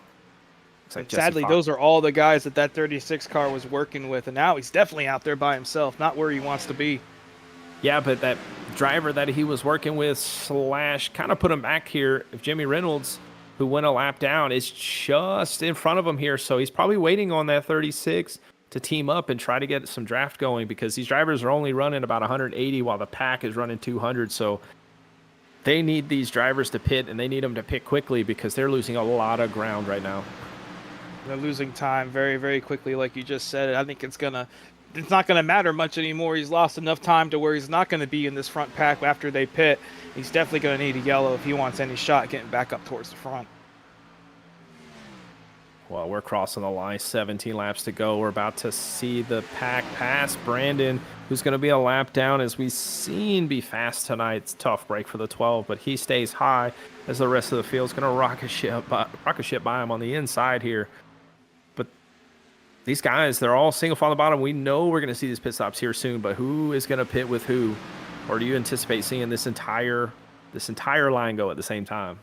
I think they'll all come down and pit together. We got 9 guys on the lead lap in this front pack. It'll be interesting to see how many of those are able to stick with the leader after the pit cycle. We got 9. I'm going to predict we got 6 or 7 afterwards, but not that many. Yeah, and you can just see right there at the bottom of the screen now, that is Steven Luttrell in that 36, about to go a lap down after deciding to pit early. His race is about to be over here if he gets put a lap down, because when these other drivers pit, he's going to be back by himself again. That's a tough break for that 36, who's been fast all night. He really needs a yellow to come out here. It shows you how crucial the timing of the pit stop is. Doesn't matter how quick your pit stop is or how quick your entry can be, but if you come in at the wrong time and come in without any help, it's definitely a nail in your coffin. Definitely is, but he decided he's staying low so he can get absorbed into this pack. But we know these leaders are about to pit within a matter of a handful of laps here, but gotta try to save as much time as you can, because this pack is going to end up swallowing the 29 back up, who he was trying to fight to catch back up to. So this will definitely help him at least have a teammate until the end of this thing. Well, if he's not stopping the bleeding, he's going to be racing for that lucky dog. The 36 just put it in the outside wall. Oh, that's tough to see. One of the fastest cars of the night, heavy contact in the outside wall. He got the caution he needed, but he was the caution, sadly. He was the caution. Yeah, it looks like the 57 just came down and hooked his right rear, put him right into the outside wall. Unsure what's going on. The 36 here, yeah, right in here on the bottom, you can see he's kind of holding that steady line there. Yeah, the 57 just starts coming down, just hooks the 36 right on the outside. I think the 57 was just kind of following the lead cars in front of him and just didn't anticipate how much room he did not have anymore on the bottom there. Tough break for the 36, who's been fast all night and gets hooked in the outside wall. And that's a lot of damage to that car. These cars are very, very sensitive, very aero sensitive. And that's probably damage to both those cars. Yeah, both those cars are pretty beat up. I'm not sure what 57 was thinking right there, but that definitely is going to take them both out of contention to win this thing.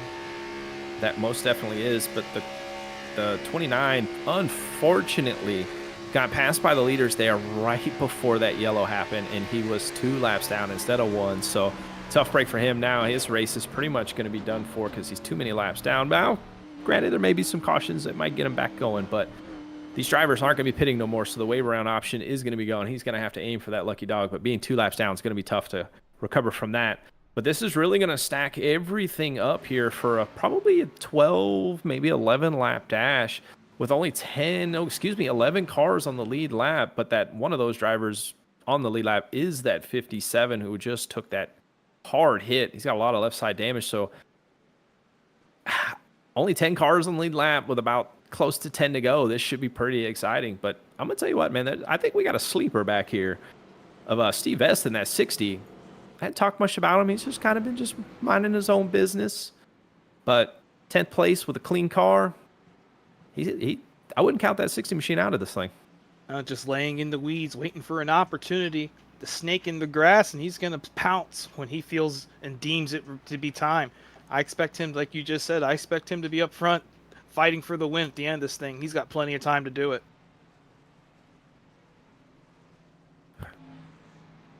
Well, we got a lot of drivers. Pretty much the whole field opted to pit. Probably get some fresh tires here. And everybody was short on fuel, and might as well take tires if there's only 10 of them out there. Yeah.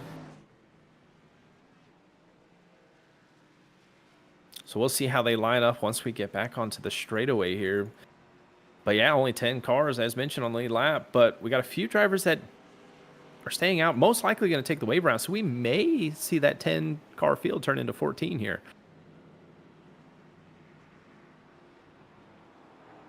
I wonder if those guys still taking the wave around. I guess they had already made their pit stop, and that's what put them a lap down. So they have enough fuel to get to the end. They won't need to make a pit stop after we go green. So you're right. We will have a couple extra guys running for this race. Oh man, I'm definitely excited to see this. Nothing like a good old, 10 lap dash at a Talladega to win this Alabama 250. Sorry, I got a lot of chatter in my ear with Me too. Got some beef out here on the racetrack. We're trying to listen in a little bit, but for some reason the 88 machine is off into the inside wall here on the back straightaway. Unsure what's going on here. That's not good. Maybe a mechanical failure, but he looks, yeah, he's gonna pull off probably a failure here. Yep, that's a bummer for that 88 machine. Running good tonight. Did lose the draft there a little bit, and that caution definitely helped him out because of the 36 and the 29 when they pitted. He was not anticipating it. Probably didn't see the hand out the window, but he lost the draft because of that. But yeah, that looked like a good mechanical failure there, and that's a lot of damage on that left front. He had a clean car before he hit the wall right then and there, doing a great job of staying with the pack, staying in contention for the win. And something like that takes you out towards the end of this race. That's got to sting. Definitely does, but my money right now is on one of the top 14 winning this thing. So I'd say you're pretty good. Anybody right in the field right now has the shot to win this. We've got those who've been fast all night of 15, the 16, the 55. Wesley Lynch, who was the pole sitter this race. We got those, those sleeper agents kind of back there. Steve Vest, Mike Fudge. We hadn't talked about much tonight, but they're still in the running. Curtis Ecker, a part of our Dash for Cash tonight in that 89 machine. He's up there in the 6th position. So let's go back and take a look and see who we have right now in the running for the Dash for Cash. I'll kind of read some names out here. We got Ecker. Teft is a few laps down, caught up in it, so he's going to be out of it. Lynch is one of them as well. Troy Thomas, that's the one in the 3 machine. He's out there. Jesse Fox is a couple laps down, so he's pretty much out of the running there. Yeah, pretty much those are our drivers right now. So we got kind of a three-way battle here for this Dash for Cash. We really got 2 races going on if you think about it. That caution is definitely what Troy Thomas wanted to see. We saw him lose the draft there seconds before that yellow came out, and it really played into his hands. Now he's back up here in this pack with a fight to, he's not going to go down without one. He's got a chance to win this thing. So win the race or win $35. Which one you choosing? I can get a lot of things for $35. Well, if you win the race, I guess you are winning $35. So I guess in reality, you want to win the race because technically you'll win both. So we're double filing up. We're about to go back green flag racing here. It's getting a little dark out here in Talladega. So we need to hurry this thing up before the lights go out because we ain't got lights on this track. 7 laps to go. That's plenty of time. It could take, it could take an hour or it could take 10 minutes. I'm just wondering which one's going to be. Well, keep in mind, we do have 3, I believe, green-white checkers, so this race can go past 94, but we'll see. I don't want to jinx nobody by no means, but we're going to take the green here with 11 laps to go. Kinsley Smith controlling this restart. Austin Norris in the 7 machine on the outside. We've seen how dominant these outside lines are here on these restarts. We'll see how this plays off. We're waiting on the leader to fire. He has control. We're just about to hit the restart zone. Green flag is out. Beautiful start from the bottom row. It looks like they all timed it perfectly between the 33 Wesley Lynch and the 16 of McConey. They're all beautifully stacked up. I anticipate that bottom line to pull away from the top here, but we'll see because that 55 machine has been fast all night with Truth Hope. He said, nope, we're going to try and fight this thing out with the 7. He's got help behind him of Curtis Ecker, also in that Dash for Cash here. You called it earlier. That top line's been dominant on the restarts. Not so dominant this time around, but they're able to stick with them. And here comes that 7 car down into turn 3. Yeah, but if you look at the 2 lanes, it's basically 3 cars versus 15 at the moment because everyone's still riding the bottom. The 8 car way back there in the back decided to take it up to the outside. He's really no help to that top 3 right now, but that top line is struggling. But no, the 33 opts to take it to the outside of Lynch. He's going to propel himself to the outside here, but he doesn't quite not have the help from the 7. They're not quite hooked up because the 16 is just shoving the 15, as we've seen all night down here on the bottom. But I cannot believe that the outside wasn't quite hooked up, but they were still able to keep up with that bottom row. And we've seen that 16 be a great pusher all night long, and it's not going to end now. He gives that 15 a shove going into turn one. They drive away from that outside line a little bit. Wesley Lynch is going to tuck him behind him, try to take advantage of these guys running side by side behind him. Yeah, those two drivers are the fastest ones that we've seen all night. Everyone's just tucking in line behind them because just get towed by them. These two drivers have been fast all night. They're starting to slowly pull away from the rest of the group as Truth Hoke is getting help from Austin Norris to try to catch up to these three. We're starting to get this 3-car breakaway. In a couple laps, that just means the cars behind them are going to have a big run on them as they gain momentum and gain up the speed. Only 9 laps remain in the Alabama 250, and still anybody's game right now. But right now, our eyes are set on that 15, 16, and 33 have been the class of the field tonight, and they are 1, 2, 3. The whole field still single file. When is that outside going to start making its move? We know it's fast. But right now, still trying to look back here. Of our two drivers have been taking it easy all night. The two of Mike Fudge and Steve Vest looking like they're going to start working together here. They're probably waiting for that 5 lap to go window, which we're about to hit. And we'll probably see those groups of cars start pushing and making their way up to the front here. You got to make your move soon, though. Clock is ticking, as you said, coming around to 8 laps to go. That's really not much time to come from that far back. They're going to have to start figuring out what they want to do soon. They most definitely are. I see in the chat here, it says, Justin, has everyone told you that you sound like Steve Letarte? I'm going to take, because I'm not a fan of Steve Letarte, so I'm going to take that as an insult, sir. Well, he has won a Daytona 500, you know, it could be worse. Okay, but still, I'm taking it as an insult. Could be told you sound like Riley Herbst, you know? Okay, that's true. Sorry, regardless, we're still seeing single file here. We're just waiting on who is going to be the first one to make the move, make the charge to the front, as we're just about to see 7 laps to go as these drivers cross the line here. But Kinsley Smith, I'm pretty sure his rear view mirror is as big as his windshield right now, because he's watching the moves and waiting on somebody to run that outside, because you know that 15 is going to move up there with him. Right now, the single file is what he wants to see, but as we see a couple cars on this outside line already, we wonder if anybody else is going to pop up there and work. That's going to be the 98 of Andrew Teth, working his way up towards the front here towards the end. We saw him a lap down earlier. Yeah, is he going to play a position? Down. Is he still a lap down? I'm sorry. Yeah, no, he is still a lap down. Same with Jimmy Reynolds. These guys are actually making these moves because they need to get that lap back in case of that last lap crash, or I would say last lap because that wouldn't be a yellow, but towards the end, if we have a late yellow, these guys are fighting for the laps back. But at the same time, they could sit here and try to pass these leaders to get their lap back. These are the only 2 drivers aside from the 92's tailed in, who's also only moves up to the outside. These are the only drivers in this field that are a lap down right now. So they're if they don't get the caution, if they don't get the caution, they can still play a factor in who wins this race. They can, because that's just one other driver in this pack. But they have their own little race to do here to try to put themselves in a position to possibly still try to win this race. I know it's a long shot, but anything can happen at Talladega. So basically, right now, our battle is all the lead lap cars on the bottom and all our lap cars on the top.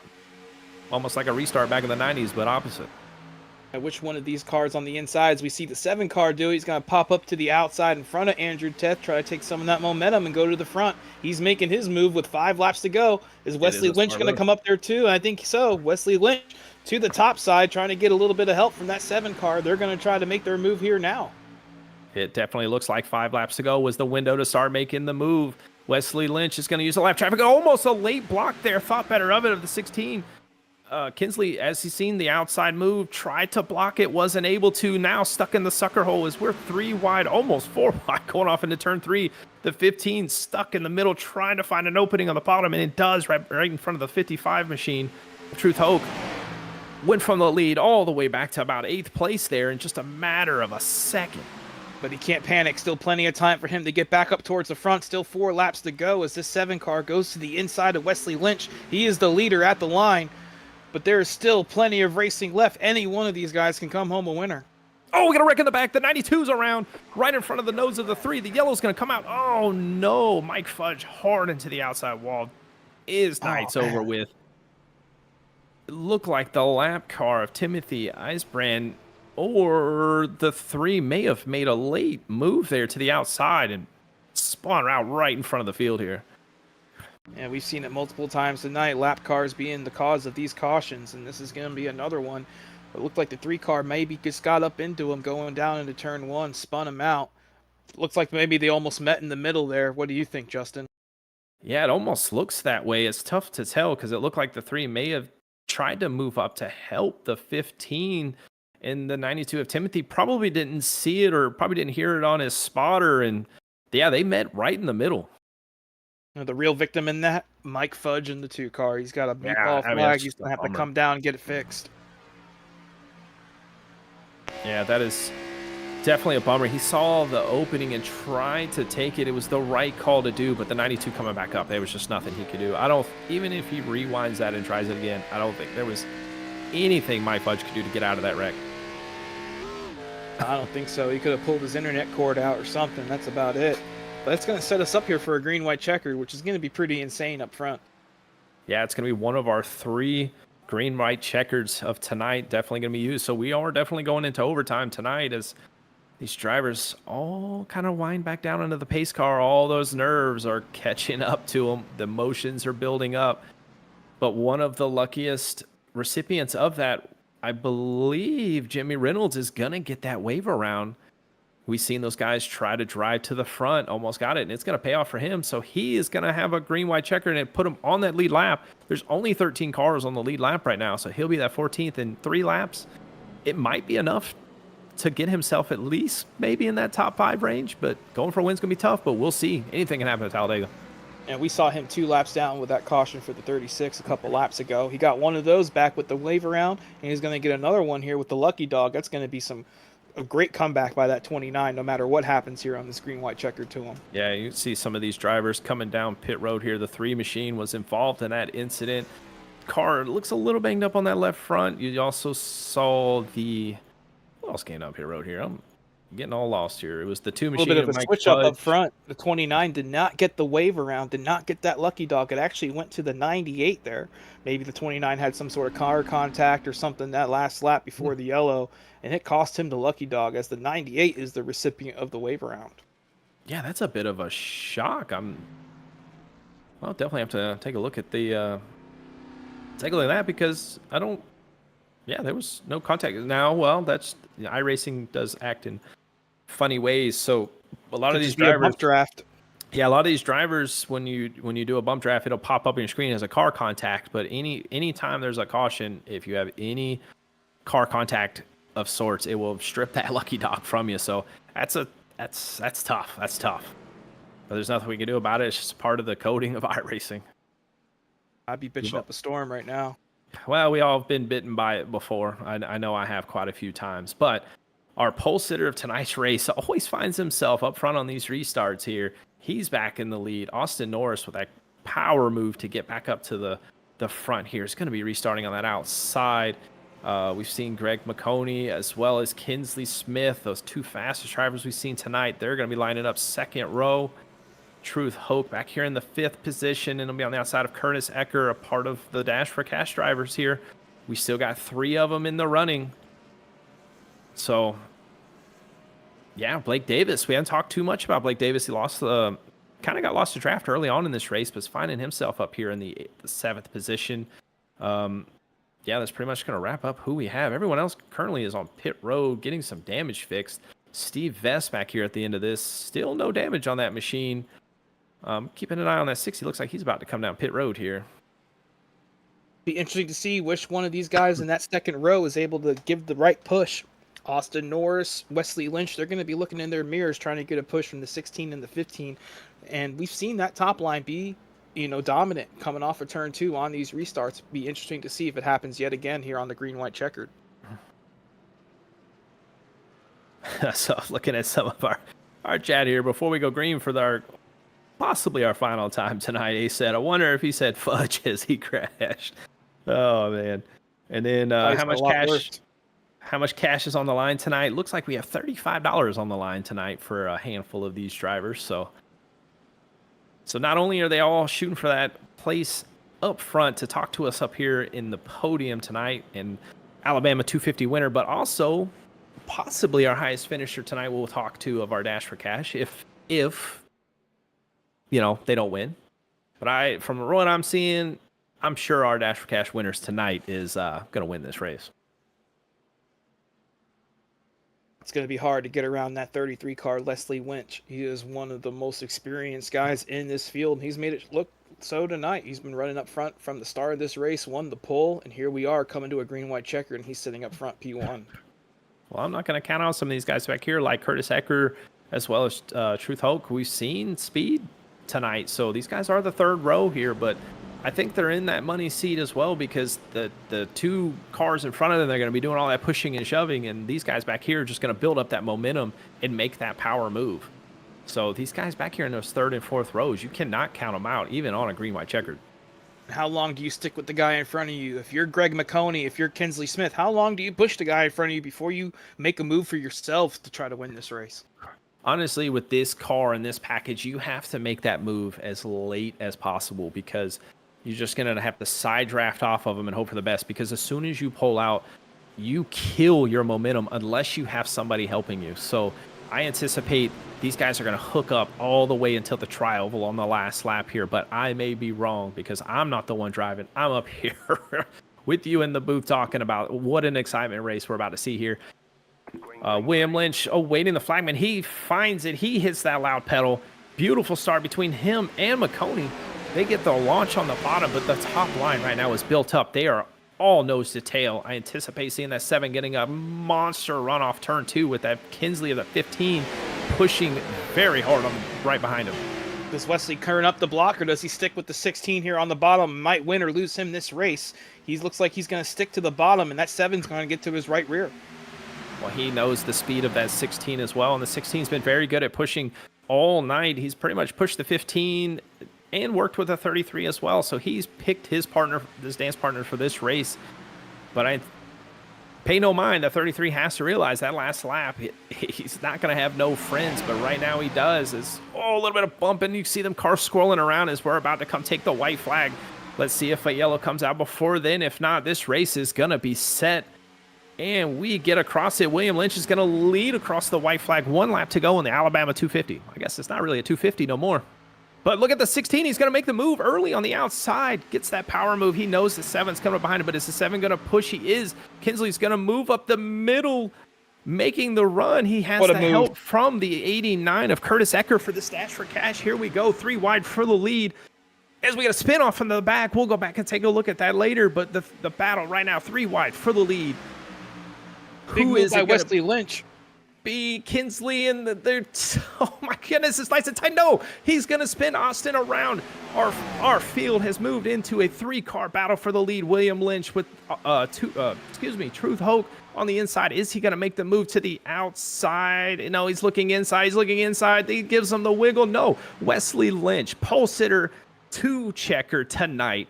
Your winner of the Alabama 250 and your Dash for Cash winner tonight. That $35 winner, and it looks like Truth Hulk 2nd place, and McConey in that 16 will finish 3rd tonight. Wow, what an exciting last lap there. 3 wide pushing and shoving. Woo. Saw a big move out of that 15 car to go up through the middle. Like we said, he was one of the faster cars tonight and didn't go down without a fight. Sadly, it did not work out for him. He didn't really have the big help going through turns 3 and 4. The 16 was able to clear him around the top, and the 33 on the bottom with the 55 behind him was able to get the run to the line and win this race. Well, while these drivers all cool down, I say we go back and look at some of these incidents that happened on the last lap. I think the first one was the 11, if I'm not mistaken, of Dave Nall. That pink and blue car down the back straightaway.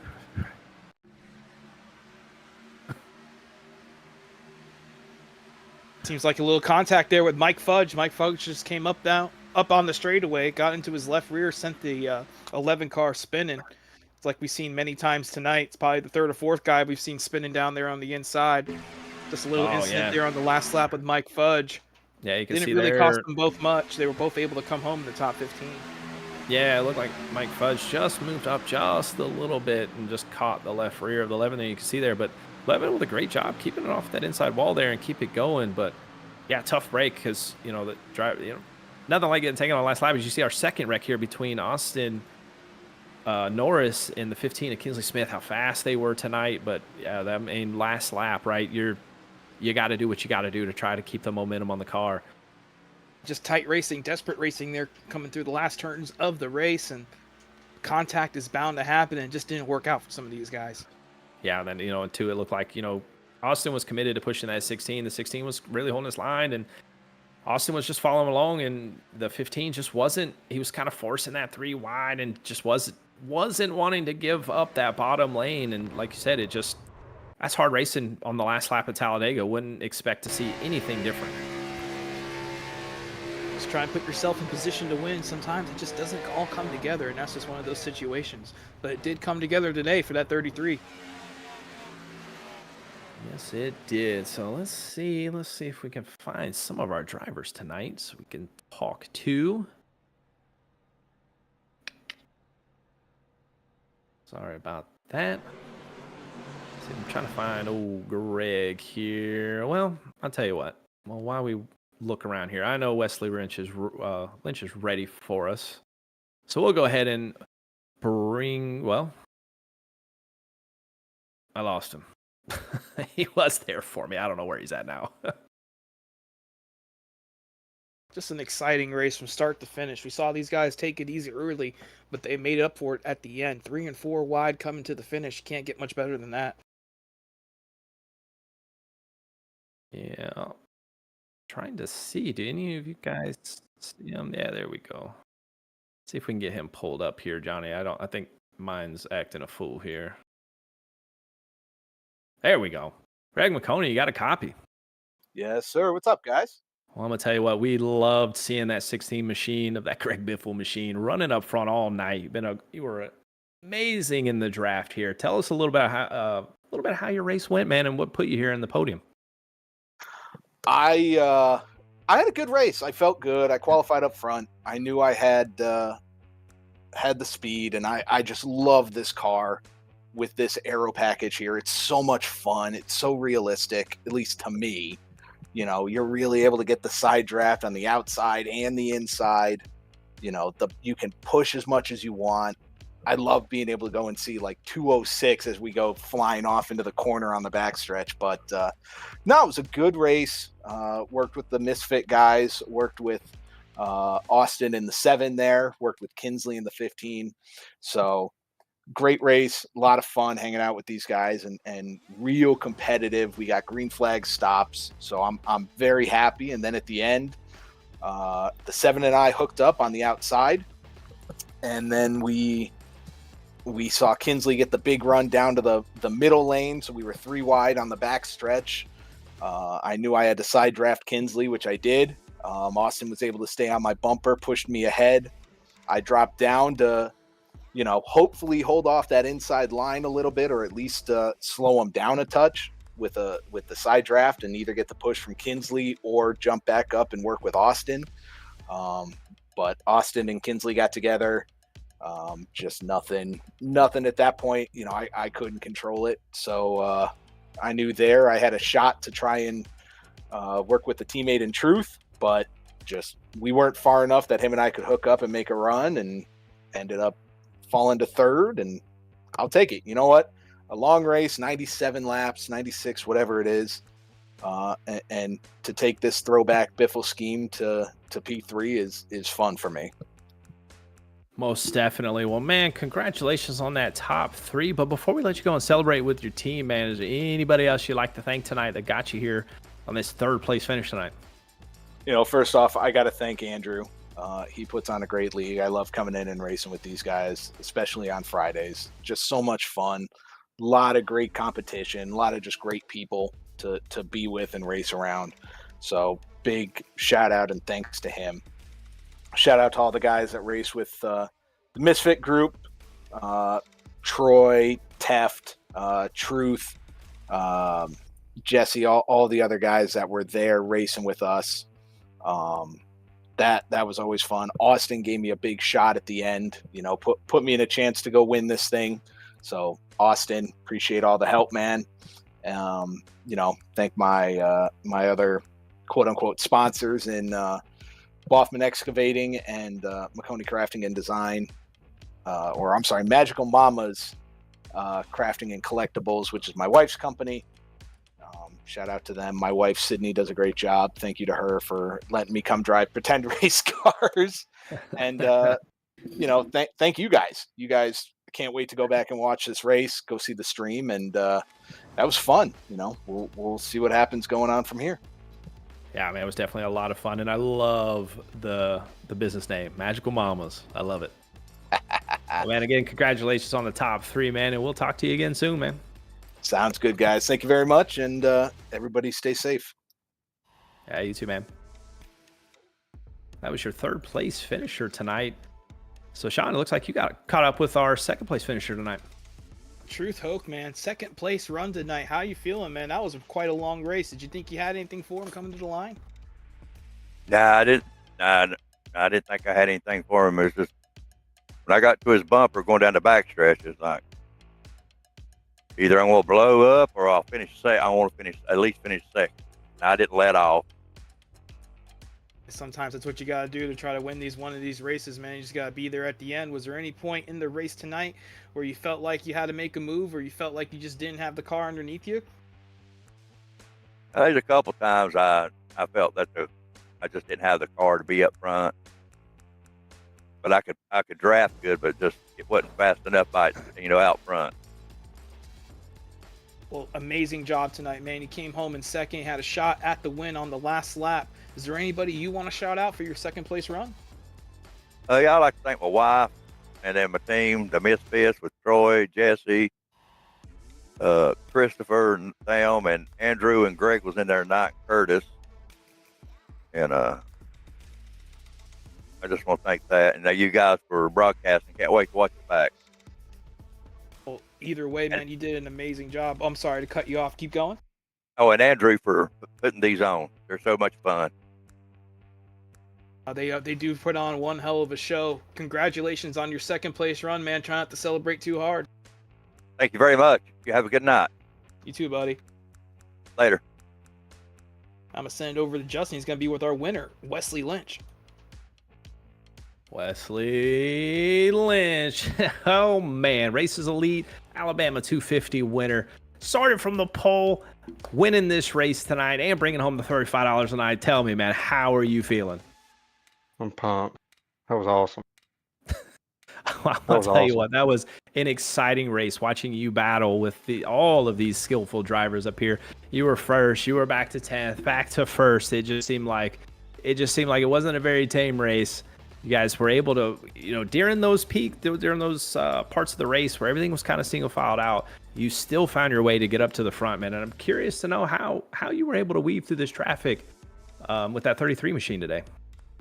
Well, I was kind of just wanting to stay with the draft and save as much fuel, but the first run kind of just, I had a pit, I think, a lap sooner than everybody else. So I just didn't have nobody to pit with, it seemed like. But once that cycle kind of got back through, I think it actually worked out to where I was still top 10 after the cycle. So we kind of got bunched, broke apart a little bit, and then the caution come out to regroup us. But I didn't know exactly how to strategically race the race besides just, go with the leaders. But when you're up there with the leaders trying to make a, judgment call and when to pit, I kind of just pitted too soon. Yeah, it's a tough decision too when you're the only one that has less fuel than the entire field. Kind of one of the downfalls of leading these things at times, but nonetheless, amazing race. But one of the things kind of curious about, we didn't get to see a lot of that pushing and shoving as we normally do until right there at the end. But how were these cars? How did they handle when they were being pushed? Because we've seen a lot of drivers get a lot of squirrely quite a bit. Was it a bit of a handful to drive when you were getting pushed? Yeah, it seemed like it got more loose. I know for sure you basically had to release in the corners. It was very hard to push in the corners, but on the straightaways, if you can, get as tight as you could with a good squared push and not off-centered. If you got off-centered, you get really squirrely because I think I actually gave out a few of those tonight. So if I gave you one, I'm sorry, but it was a blast. You don't have to apologize. You won the race, not them. Yeah, it was awesome, man. Well, again, congratulations, pole position and winner of the $35 tonight. So don't spend that all in one place tonight. But before we let you go and celebrate, is there anybody you'd like to thank before we let you go? Yeah, man, I give a shout out to my guys over at Skidmark Motorsports, BDRM Brothers, you folks with Slingshot for putting broadcasting this. Shout out to Andrew for putting this on, and the fans that tuned in tonight. Give a shout out to the guys that was battling up front. That was nice and clean racing. I appreciate it, and just you guys, man, for putting this on. It was awesome. Well, I'm gonna tell you what, there were a lot of fans out there in the chat, so I'm cheering on for you as well, man. But again, congratulations. We'll let you go celebrate. Well, Sean, that was very, very exciting tonight. I mean, like I said, it seemed a little tame there when we had those long green runs, but nonetheless, strategy played a role because those pit stops really did matter when it all was said and done. Because a few drivers we seen get those black flags on pit road and just put them completely out of this race. So, yeah, man, let's pull up our results here. We'll go through them real quick before we head on out of here. But yeah, we just spoke to our top three. Wesley Lynch again started first, finished first. Truth Hoke started 10th, finished second tonight. But Greg McConey finished third tonight. Troy Thomas, one of those other Dash for Cash drivers, but just came up short, finished fourth with also who was battling for it, finished fifth with Curtis Ecker. Sixth, Blake Davis with Mike Schwind in seventh. Mike Fudge was able to recover and finish eighth place tonight, even though getting caught up with that wreck with about right before the green white checkered we had. Andrew Teft, who was kind of the culprit in a few wrecks tonight, was 2 laps down at one point, made himself back up to the lead lap of ninth place. I'm gonna massacre this name. Brandon Sanfilippo. That's what we're going with. I do apologize. Will be in 10th place tonight. Steve Vest, who I thought was going to have a hard charge run tonight, still finished 11th with Kinsley Smith in 12th. Dave Nall 13th with Austin Norris 14th. And Sean, you can take it the rest of the way, man. All right, rounding out your top, the rest of the field, 15th is going to be Barry Nelson, 1 lap down. 16th, Jimmy Reynolds, who was 2 laps down at one point. One of the cars up front brings it home 16th, 1 lap down. Timothy Brand comes home 17th. Jesse Fox, 4 laps down in 18th. And Paul Thomas in 19th. Steve Luttrell wraps out your top 20 in 20th position. 21st is going to be the 88 of Christopher Puglisi. In 22nd, Aaron Roth in the 57. We saw him get into an incident. 23rd is going to be Stephen Blevins. 24th, Brandon Zimmerman, 44 laps down. 25th, the 50 car, Terry Fennell. 26th, Jack Kelly. 27th is going to be JB Harrison. Steve Sizemore comes home 28th. Andy Schmidt in 29th. And Daryl Zakelli in 30th. And your last three to round out the end of the field, Cody Carson 31st, Brett Bray 32nd, and Brandon McGraw 33rd.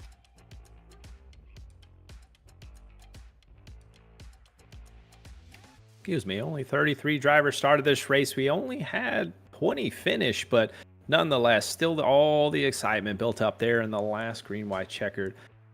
But before we all get going here, I want to thank everyone that tuned in. Thank all the fans. I want to thank Racers Elite for allowing us to be here tonight, call this race tonight here on Slingshot Racing Media. Again, thank you for all tuning in, and you'll actually catch me and Johnny. I think we're the next one streaming again on Monday with the Spark ARCA series. But man, oh man, any final thoughts before we head on out of here, John or Johnny? Interesting race tonight. We saw pit strategy, big wrecks, 3-4 wide racing, comers and goers, everything Talladega has to offer, and we saw it. Come on, Johnny. We know you got a few things to say. You've been quiet all night. Let's hear it, man. Yeah, hey, you guys been just doing a great job up here in the booth, and man, that was one exciting race to watch. You know, we had a little bit of everything, some nice green flag, 2 and 3 wide racing, and we had a flip, you know, a little bit of everything. Pit strategy. It was a great show, and yeah, congrats to Wesley Lynch on bringing home that win.